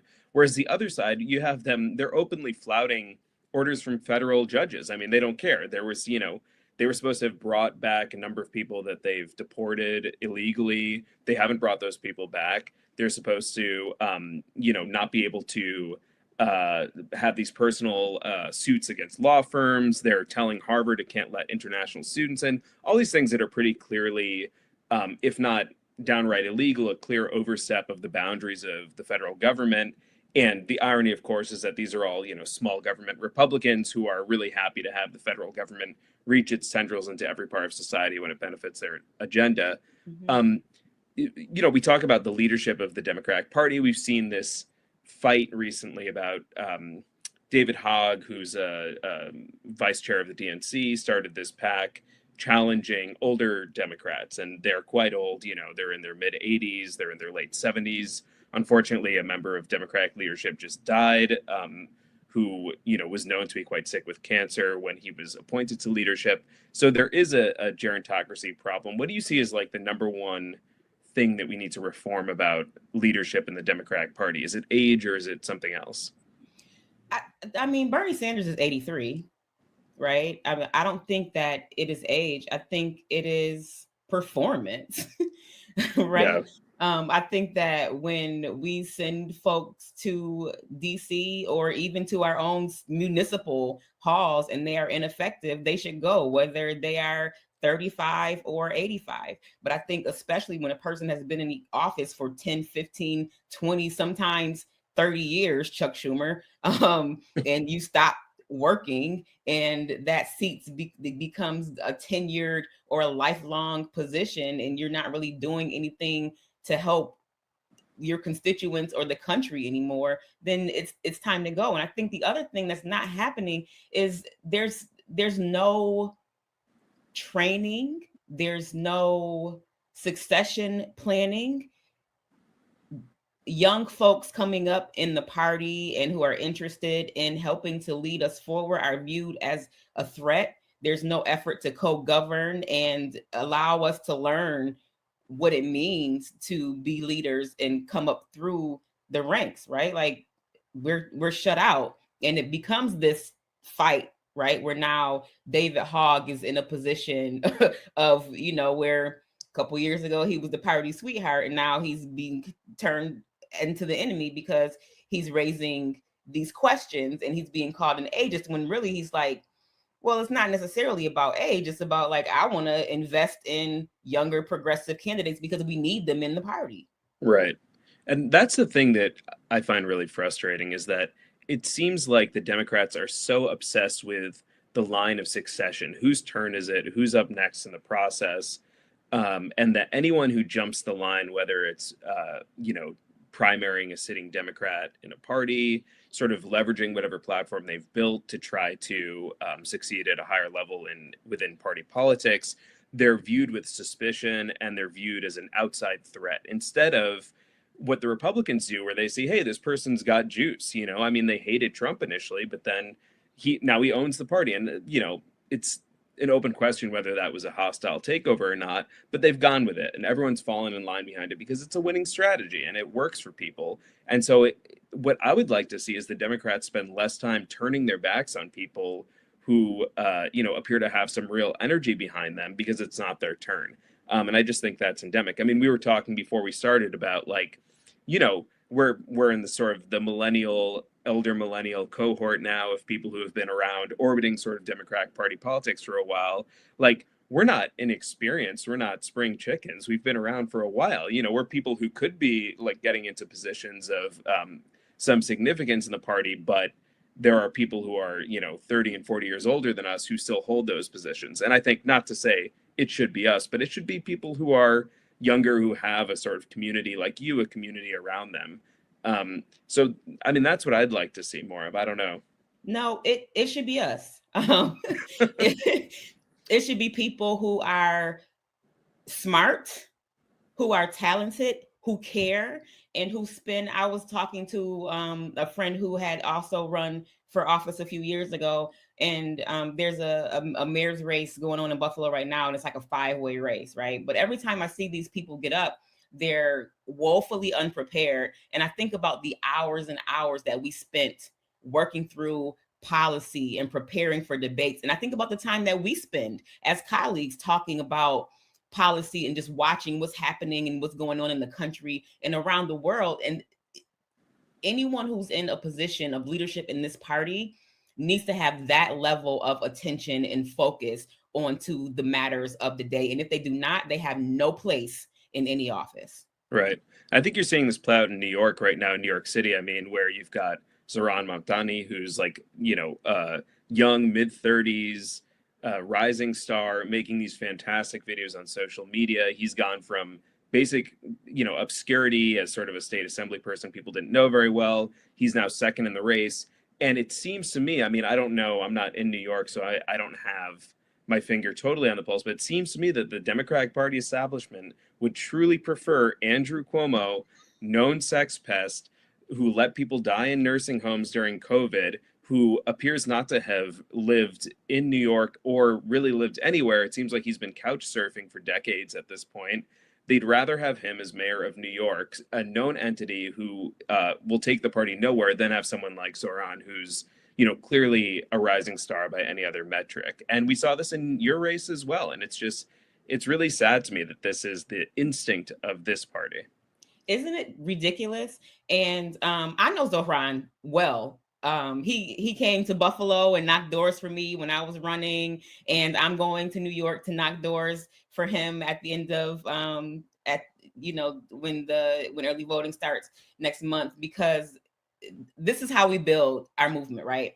And I think that a part of what we have to do as progressives is continue to support and build with each other, even if that means that this is an interstate movement or across the states, right? Like going to St. Louis or wherever it is that we have to go and support and put our support behind progressive candidates until we can move the needle within the party, because we're not getting support from them. They are not putting money into small races and supporting progressive candidates by any means. So it's work that we have to do. So I'm going to be spending time in Rochester with a progressive candidate, and I'm going to go down to New York City and wherever else it is that I have to go and give capacity, boots on the ground, encourage folks to donate $25 or whatever it is. That's the type of energy that we have to maintain and sustain over the long term, because that's all we have until Democrats as a whole wake up or die, unfortunately. Yeah. So last question, we're down here at the DNC Executive Committee meeting that's happening right now. We've been calling for the DNC to call an emergency meeting to adopt more urgency in combating Trump. They haven't done that. This is a regularly scheduled meeting. We're trying to bring that message to it. What message would you have, just briefly, for Ken Martin, who's the chair of the DNC, and all the other functionaries in the DNC? Yeah, I think that myself, along with the 7,000 other signers of this petition, and I know that the sentiment is probably even greater than that, but folks are so busy trying to keep up with the price of eggs that, they don't have time to think about signing a petition. But the American people are in dire need of leadership at a time like now, and we have to come up with a comprehensive plan to not only survive the next 4 years, but to make sure that we're able to have an election in 4 years. Absolutely. Well, India Walton, thanks so much for speaking with us, and it's good to see you. Likewise. Let's see, where are we? Here we are. Excellent interview by Sam and India, and we have one more for you before we sign off. A couple days ago, Sam was able to sit down with Congressman Ro Khanna and talk to him a little bit about the future of the Democratic Party. Here is that interview. Okay, hi all. I'm Sam Rosenthal with Progressive Hub. We're here today with Congressman Ro Khanna from California's 17th.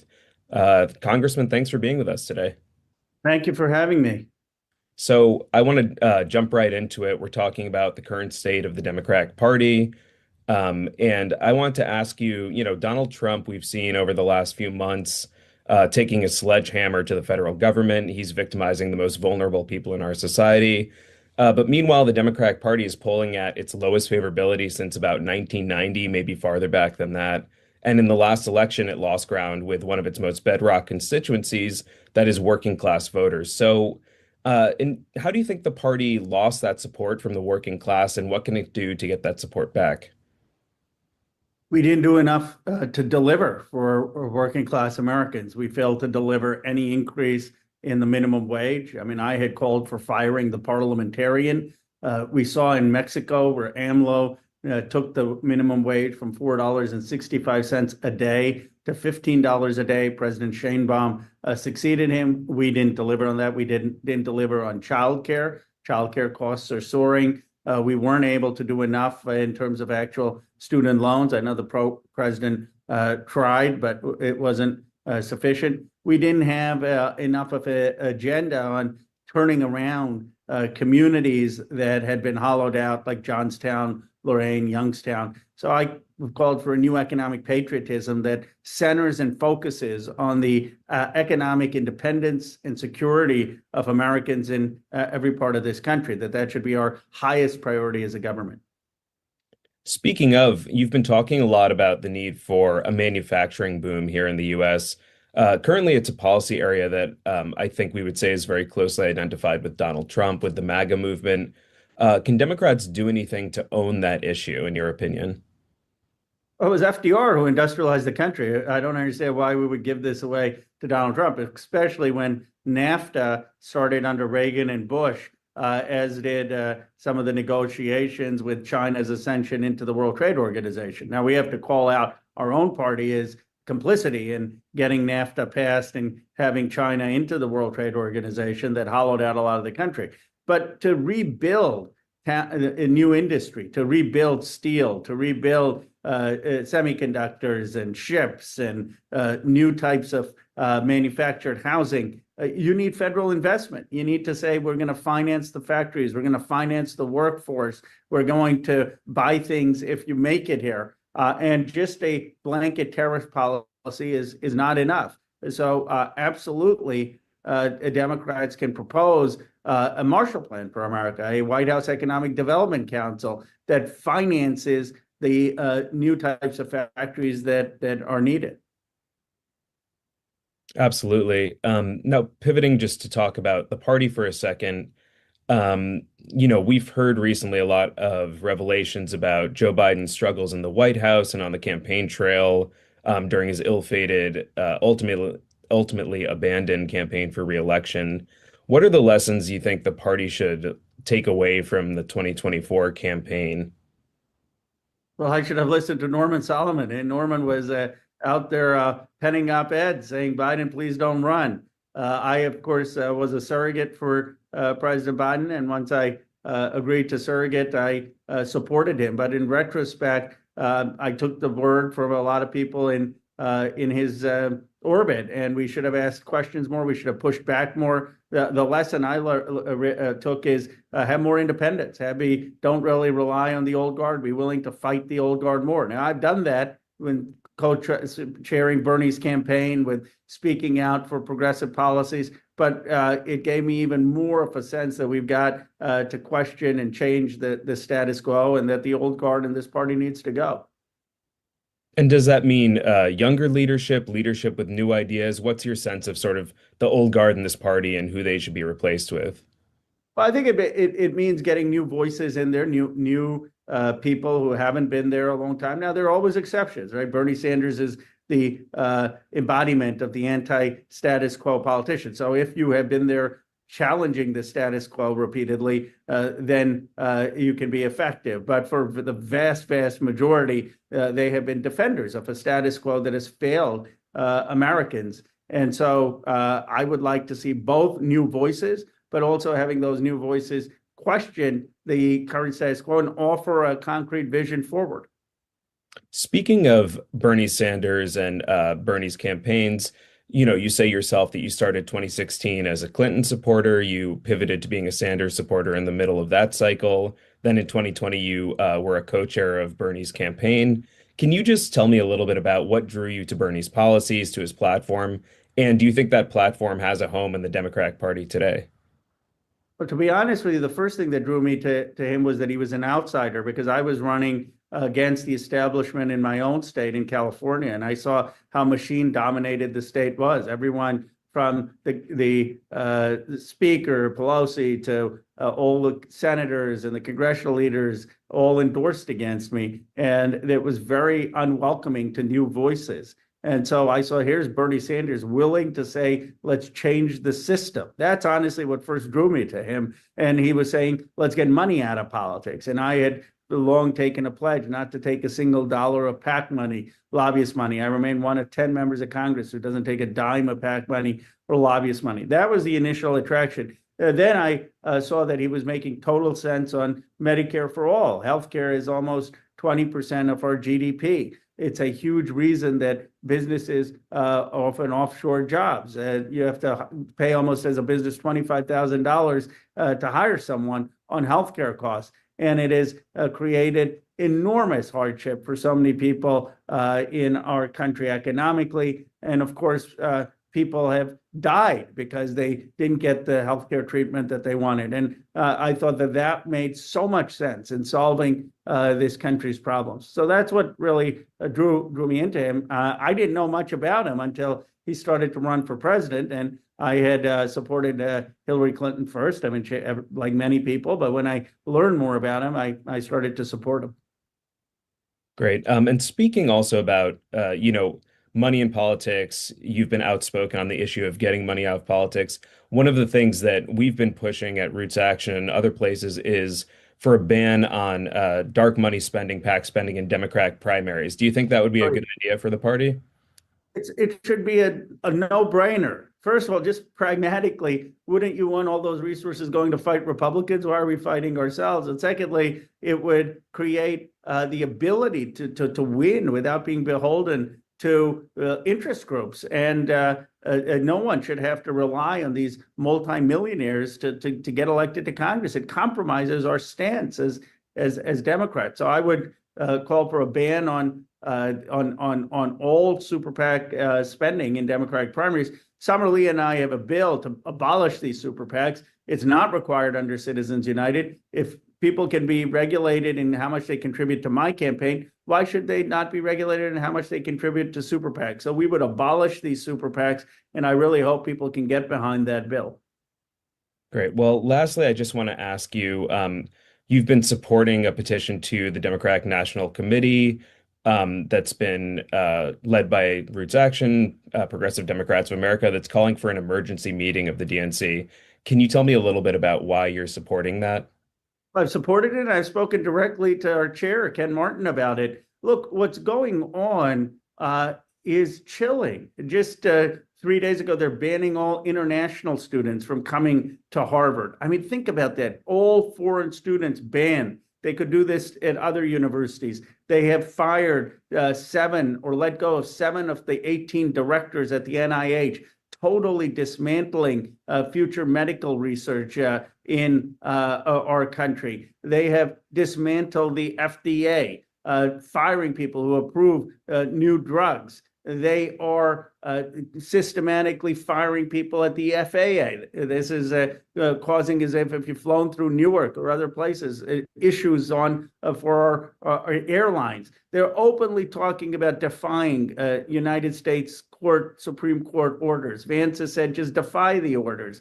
They're calling universities the enemy. This is very chilling what is going on. And it's not enough for us to have individual responses. I'm out there doing my town halls in red districts. Bernie is inspiring the country with his oligarchy tour. But they're all individual efforts. We need concerted effort. We need a battle plan. And that's what an emergency DNC meeting would do. It would acknowledge the stakes. And it would say, here is our plan to make sure that they're not degrading and chipping away at every institution of American democracy. Well, thank you, Congressman. Thank you so much for being here with us today, and thank you for leading the good fight. We appreciate your time. Thank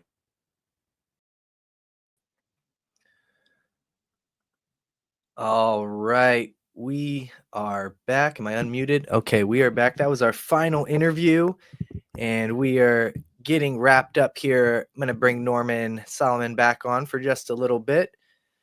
Get some final thoughts here as we wrap up.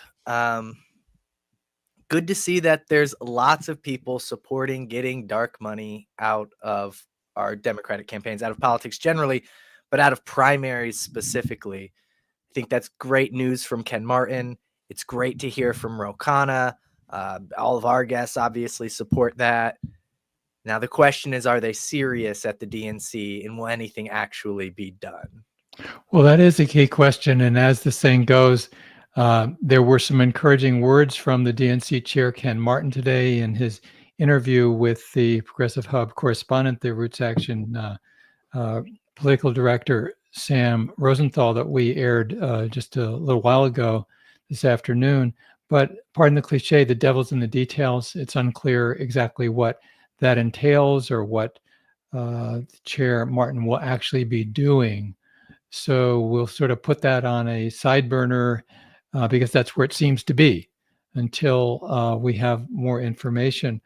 More generally, I believe that it is a huge ocean liner that's stuck, metaphorically. The DNC is stuck in the middle of the ocean, and it's unclear to what extent the new chair, Ken Martin, can turn it around, because it's been going pretty much nowhere for the last several years. It's a truism, but worth repeating, that when there's a Democrat in the Oval Office, the chair of the DNC, and therefore the DNC as a whole, is basically run by the President of the United States, who's a Democrat.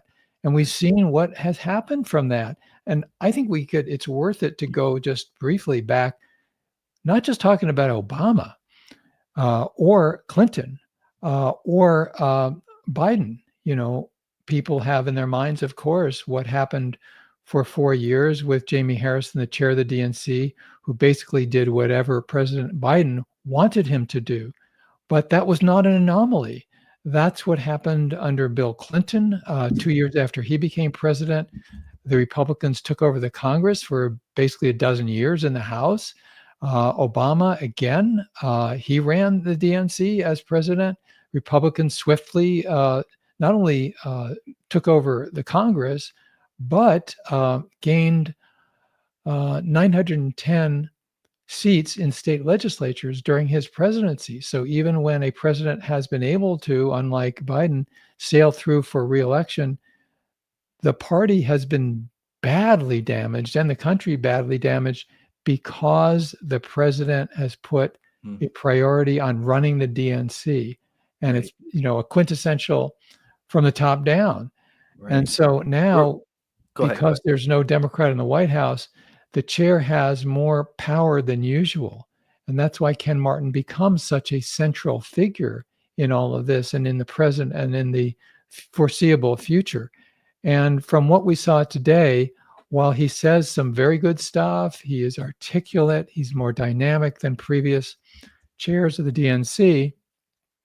Let's look at what just happened. The executive committee of the DNC announced that it would meet for 3 hours. The first time that it convened in 5 months. When you think about all that has happened since the second Trump inauguration, and the legal body with power over the DNC takes until the end of May to hold a meeting, and then doesn't meet for 3 hours. It meets for 1 hour and 3/4 with not 1 minute of debate, basically a performative presentation. So this doesn't augur particularly well. No. A couple questions as we seal this up. We're talking about Jamie Harrison there for a minute. I think there's a glimmer of hope, but maybe I'm not old enough to know. I guess to start with, keep this in the back of your head as I ask this next question. Does it matter? Are the Democrats just better? Is the DNC better when they don't have the White House?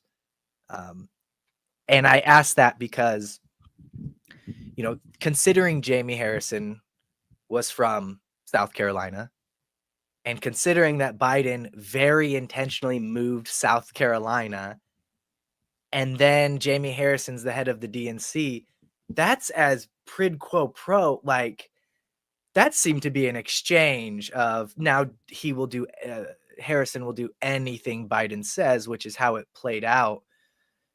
I guess seeing that, I don't know as strong of a connection. I mean, Ken Martin's obviously a party guy, but he's not connected to the sitting active president right now. So maybe there is hope more so now than under Jamie Harrison, where you had a clear, I don't know if it's a conflict of interest or what it is, but there was something weird there. Does that give you at least some hope?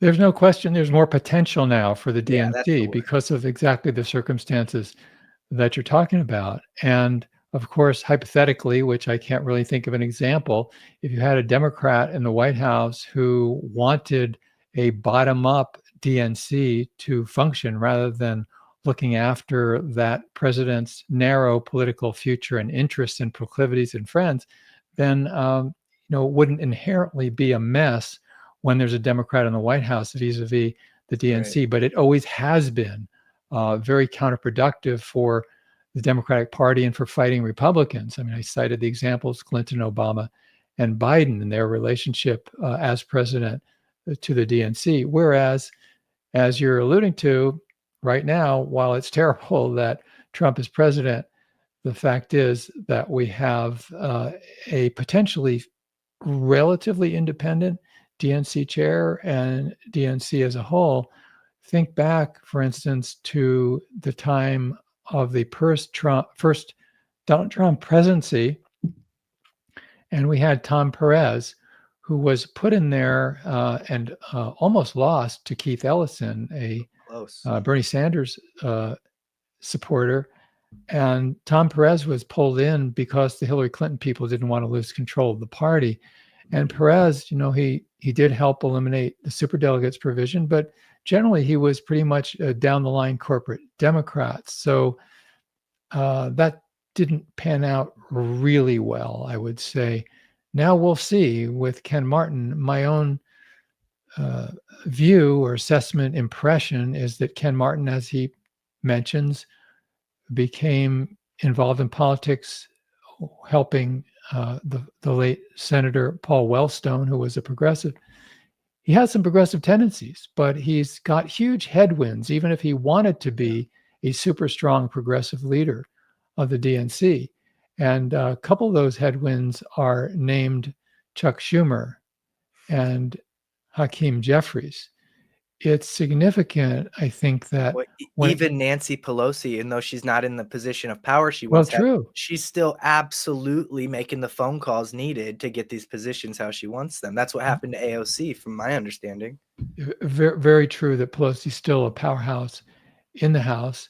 And you're reminding me that when it came down to two candidates back in January for the February 1st election this year for DNC chair, the other candidate, Ben Winkler from Wisconsin, not only endorsed by the Third Way, the so-called centrist corporate Democrats, but also Winkler, or another way to put it, the winner, Ken Martin, was endorsed against. The endorsements were against Ken Martin from Nancy Pelosi, from Hakeem Jeffries, and from Chuck Schumer. So the current DNC chair is not the first choice of the people who are in the so-called leadership of the House and Senate, in the minority, the Democrats. And, you know, that will cut both ways. He's not basically having them as patrons. He's not proteges of them. But on the other hand, I would guess pretty reasonably that he doesn't want to pick fights with them either. Publicly or privately. And let's face it, Chuck Schumer is afraid to face his own Democratic base. As I mentioned, as we were getting this live stream going a few hours ago, he canceled his book tour in mid-March after outraging so many Democrats for voting for the Trump budget bill. And I think that just reflects the distance between the congressional so-called leadership of the Democratic Party and its base. So then you look at that, and let's say you put yourself in Ken Martin's shoes for a few moments. It's like, even if you want to transform the party, how many fights with powerful people can you pick at the same time? Right. And, you know, in terms of trying to support the party, when you do have good candidates running, I bring her up all the time, Jessica Cisneros. What you ended with in the last year or two is Bob Menendez and Cuellar, I always pronounce his name wrong. They did outright corruption. So you had the leaders of the party supporting these people for re-election, and were they not did they have no idea what's going on? They must not have, but it's like, you could have had young, good people with lots of energy and a strong support behind them if the party would follow the people and put the energy where the energy already is. But instead, we ended up re-electing Bob Menendez and Henry Cuellar, and they're just taking gold bars from other countries. They're not even trying to be represented. The DNC is so disconnected from their own voters that they're supporting these people who are doing like definitive corruption, instead of the young woman or young guy who has a ton of energy behind them and is big on the internet and Bernie backs them and whatever. It's a blindness. It's a social club blindness, right? You don't have to prove it. You proved it to me 20 years ago that we're buddies, so we never have to do it again. And I'm just going to keep supporting you, even if you're accepting gold bars from Egypt, you know? or Yeah, whatever. and the gold bars reference to Menendez, who's headed to Right. prison if he isn't already there. Right. And Cuellar, Also, he had a different corruption thing. I forget his specifics, but yes, he was indicted, and I don't know the status of that I don't race. And he either. was indicted after Nancy Pelosi went way out of her way, literally, to endorse and campaign for Henry Cuellar. Now, who is Henry Cuellar? He's a Democrat who has been the only Democrat to oppose abortion rights in the entire House of Representatives. So here's the ostensible feminist reproductive rights supporter, Nancy Pelosi, and this is at her closing time as Speaker of the House or Majority Leader for the House. She goes, as I say, way out of her way to support and campaign for Henry Cuellar, this anti-choice Democrat, against Jessica Cisneros, who loses by a tiny margin right after that. I mean, a tiny margin. And it was one of the few times where a group like Emily's List came out and supported Cisneros, like one of these groups that never goes against the party. So we see that there is this, as you say, whether you want to call it a social club or whatever, there are exceptions to that, and they're not encouraging ones.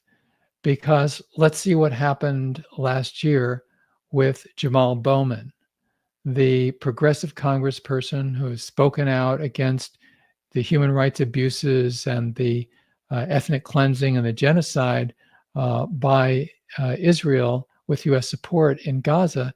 And he was up against 10, 12 plus $1 million thrown at him. And the Democratic Party leadership barely lifted a finger to support him. And he lost. He got buried in advertising cash by his primary opponent. So what a contrast. On the one hand, the argument from the Pelosi's and so forth is, oh, we had to support Cuellar because we support members of our caucus if they're in a primary. And then they just let not only, in that case, Jamal Bowman, but the same summer, let Cori Bush be buried in cash without providing any substantive support whatsoever. So this is what we're dealing with. It's ideological. It's about an establishment of the Democratic Party that is corporate, that is for the huge military budget. The Schumer and Pelosi leadership boasted during the first Trump administration that it supported his 11% 2-year increase in an already bloated Pentagon budget, and they bragged about it publicly. This is what we're dealing with. Couple closing questions for you, Norman. Well, one of them I think we've already answered. Did this meeting lead to anything substantial, or is this a confirmation that the Dems will only give us more of the same? To me, I think it's a lot of more of the same, but that dark money thing is at least we have to hold on to that. We have to hold on to that and leverage that in some way. I didn't find this meeting encouraging. I didn't have high expectations. As I've mentioned, I thought a 3-hour meeting of the executive committee that has met for the first time in 5 months, given the crisis in the country, I thought that was ridiculous. And then adjourning after an hour and 45 after a performative program with no debate or discussion of substance whatsoever, that's discouraging. It continues a justified impression that so many people have that there's a bubble around the Democratic Party at the national level. And the DNC owns the Democratic Party legally, nationally. And so for this to take place, I think is discouraging. I mean, when we hear Ken Martin talk, as he did in the meeting, when he also spoke afterwards to the Progressive Hub reporter on the ground there in Little Rock, Sam Rosenthal, he did say some very good things. It's just hard to know if there's going to be follow-up. On the plus or encouraging side, so to speak, the chair has tremendous power. Right. And yet he's saying, well, I'm going to wait till August and we're going to do all these wonderful things in terms of mobilizing people. That's what you need the emergency meeting. You don't have to wait.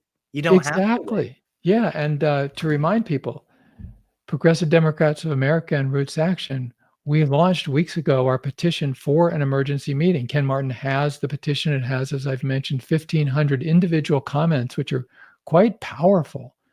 The choice has been made so far, as of this moment, to not convene an emergency meeting. And that seems to be reinforced by his reference during this executive committee meeting that the full DNC will meet in late August.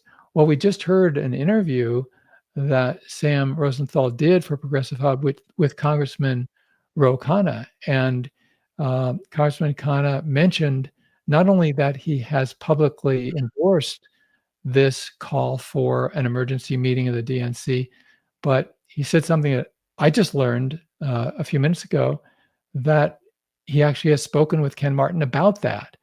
But so far, we're not getting the kind of response. And you can sort of ask why. I imagine there's an effort not to convey panic. Why should we have an emergency meeting? That would just seem like we're panicking. Well, there's reasons to see that this is urgent and to do something commensurate with the urgency. What could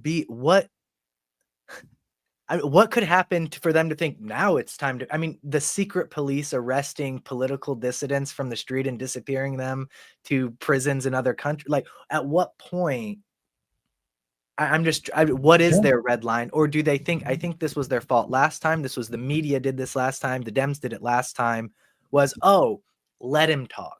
He'll bury himself. Let him govern for 6 months and it'll be such a disaster. They'll all come running back to us. That essentially was the strategy that led us to Joe Biden, even though nobody wanted Joe Biden. It was just we got to get out of this Trump thing. It seems like that's what they're doing again. That was the strategy in 2016. It barely worked in 2020. We saw how well that worked in 2024. You're reminding me that Progressive Hub and Common Dreams and elsewhere published in the last couple of days a piece that I wrote. It's headlined, "How Bad Does It Have to Get Before the DNC Declares an Emergency?" And I think that question that you're raising is right on the same track. I mean, this is, if we were to imagine what is now the situation, even 6 months ago, we would say, this is horrific. This is a huge assault, a hurricane, a tornado that is barreling down and through democracy itself. What structures do exist of democracy that we're functioning in a somewhat democratic way are being decimated.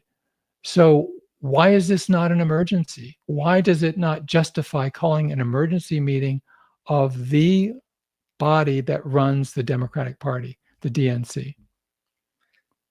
Yeah, it's wild to see that it feels intentional almost. It's hard to tell what's really going on, which leads to my next question. We know what we think? Well, we know the facts on the ground. It's all likelihoods. Do we believe, I guess, Ken Martin? Do we believe the Democrats that they actually want to change? I think that's the big question. Do they, oh yeah, I want to change as long as my money and our donations don't change? That's not really, like, do they really want to change because they think the change is beneficial, or are they just willing to do things as long as it doesn't affect their donors and stuff? I'm just like, I'm hard to get that question out, I guess. Well, they're not unified, despite the claims. There are certainly factions within the Democratic Party, near and at the top, and the DNC. When we look at the circumstances right now, the DNC leadership definitely wants to win. They want to take back the House next year. They would hope to take back the Senate, but that appears to be out of reach in 2026. They want to win. But also many of them, as in the past, do not want to lose the grip that they're part of on the party. Right. Let's face it, it's human, it's power, it's prestige, it's access to money, long-term and short-term, friends, contractors who make a lot of money. This is a system, it's a, so to speak, mini political economy. And so I believe that there's an effort to have cake and eat it too, and say, we want to change enough to defeat Republicans, but we don't want to change too much because we could lose control of the party. Or we And could some let of that we could accidentally let some of those activist types in here. have too much leverage, and Mhm. we wouldn't have as much leverage. And some of this, theoretically, we can ask, oh, well, would some of the corporate Democrats rather lose control of the party or defeat the Republicans? And when Bernie Sanders was surging in the primaries in 2016 and 2020, there were a lot of interviews with Democratic Party backers on Wall Street where some of them said, well, I don't know if Bernie Sanders is going to be the Democratic Party nominee for president. I might have to go with Trump. But we can't really generalize. I'm just saying there's some tendency there. I think that a lot of folks who are plugged in at the top, who are, and I give the example of Jennifer O'Malley Dillon, who was deputy chief of staff in the Biden White House, then essentially ran the Biden reelection campaign, such as it was, and then the Harris campaign.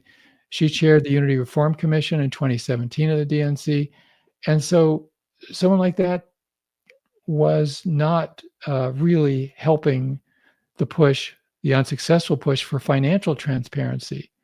And so there's a lot of money sloshes around, for instance, when a presidential candidate can have a campaign spending billion with a B dollars in a few months. I mean, just imagine, and you've had experience with campaigns, Ryan, there's a cut that consultants get when they can book TV ads and radio ads and all the rest. Huge. This is a tremendous amount of money. Hundreds of thousands of dollars. I mean, in it's a lot. congressional campaigns.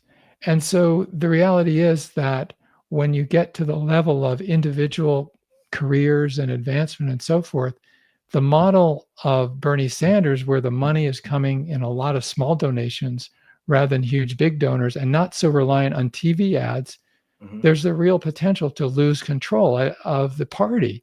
And I think that's not something that the corporate Democrats want. So it's not about a conspiracy. It's not to generalize because people have various mentalities and so forth. But it is to say that it's going to be very tough to change the basic MO of the Democratic National Committee. And yet that's going to be essential. People can be watching and thinking, I don't give a goddamn about the Democratic Party. Fine. But there's, at a federal level, no other electoral vehicle to defeat the MAGA Republicans. Not That's even just the close. reality. And the Democrats have an example to look to. Donald Trump did change the GOP, and they tried to resist it the entire time. And now the current vice president called Trump Hitler. It doesn't matter. The whole party is now behind him, so it's done. And I think that is what. But the power players are different now. We saw all the tech companies at Trump's inauguration. We saw Elon and Zuckerberg and all these people there. So the power dynamics did shift, and everyone had to move and get behind this idea that they had previously said was terrible and would destroy the country. And they did it, and it worked out well.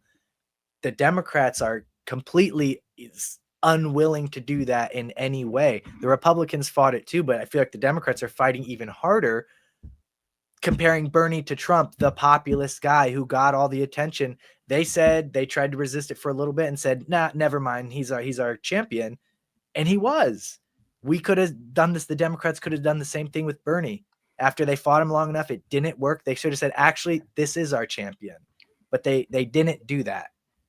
Yeah, on that point, when Bernie Sanders' campaign for president was really surging in 2016 and 2020, and generally when progressives really make inroads, the fallback, the counter notion and messaging from corporate mass media and the Democratic Party establishment and those aligned with it is, hey, you're being like the Tea Party.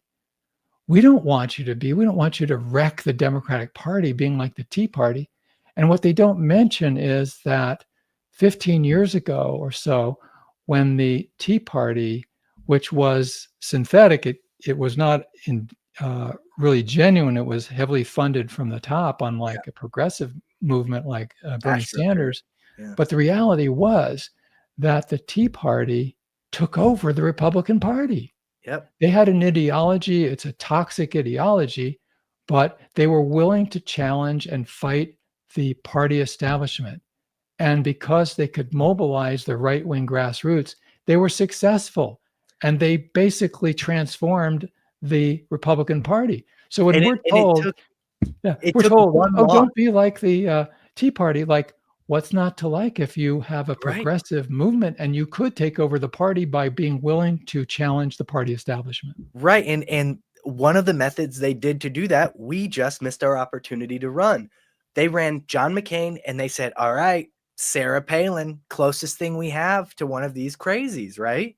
And so Sarah Palin was in there being crazy. They were never going to beat Barack Obama. He chose Sarah Palin because that was their, last shot to try to Obama's was clearly going to win that election. Because of the economy was in The economy was destroyed. He was Yeah. remarkably popular. He was pop culture icon, all this stuff. It was leading to him winning. But the Republicans, in the meantime, they lost, but they normalized the crazies. Through Sarah Palin, they normalized that craziness. They normalized the Tea Party, and it became a national thing. So they lost one election and then came back pretty strong after Obama, right?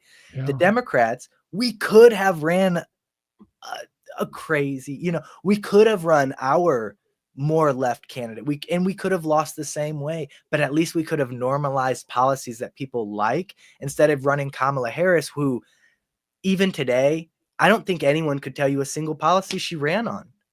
Yeah. I think they can tell you that she gave $1 million to Oprah and $1 million to Megan Thee Stallion and $1 million to all these people, but she didn't run on anything. She didn't try. She specifically said she couldn't think of anything to differ on A big Biden. counterpoint to the quote crazies of the far right that now runs the party is their actual positions, unlike progressives, don't have popular support. I mean, you poll Medicare for all, you poll free college, public college, you poll a lot of these progressive positions, it's getting 60, 70, 80% of the general public. I'm not just talking Democrats, I'm talking the entire population of the United States. And in a way, the failure of the party to fully embrace and run with those positions is holding back the dam of popular opinion. So we have the issues behind us. The question is whether the party is going to go full-throated to fight for them. I'm thinking that or to let people be creative in how they discuss and work on the solutions locally and statewide. Absolutely. Instead of doing the whole top down. Working on congressional campaigns, you know how important that is, grassroots. Oh yeah. Has to be. It's the most important. I mean, in campaigns where neither candidate is pushing hard in the field, money is going to decide the election. But if you have a candidate like in 2018, the campaign I run, we were massively outspent, but we knocked 20,000 doors. We made 20,000 phone calls, and we hand wrote 20,000 postcards, and we brought out a huge number of people who hadn't voted in years or who had never voted in a primary. Just by engaging with, when we knocked on doors, we kept knocking. We stayed. We waited till they answered, and we had a conversation with them. Like I said on the call earlier, we did hire people to do a little canvassing for us at one point because we needed more, and they just went and put papers in door. It was useless. It didn't get us a single vote, but the conversations we had, the really engaging with people, the handing them literature, not just putting it in their door, giving it to them. It's like the car salesman. He gets you the keys and makes you test drive the car, and you're way more likely to buy the car now. That's it. You got to have those human interactions with people. Well, we're getting close to wrapping up here. Maybe we should just recap. I know some have tuned in and might have been surprised to learn how short the actual meeting was.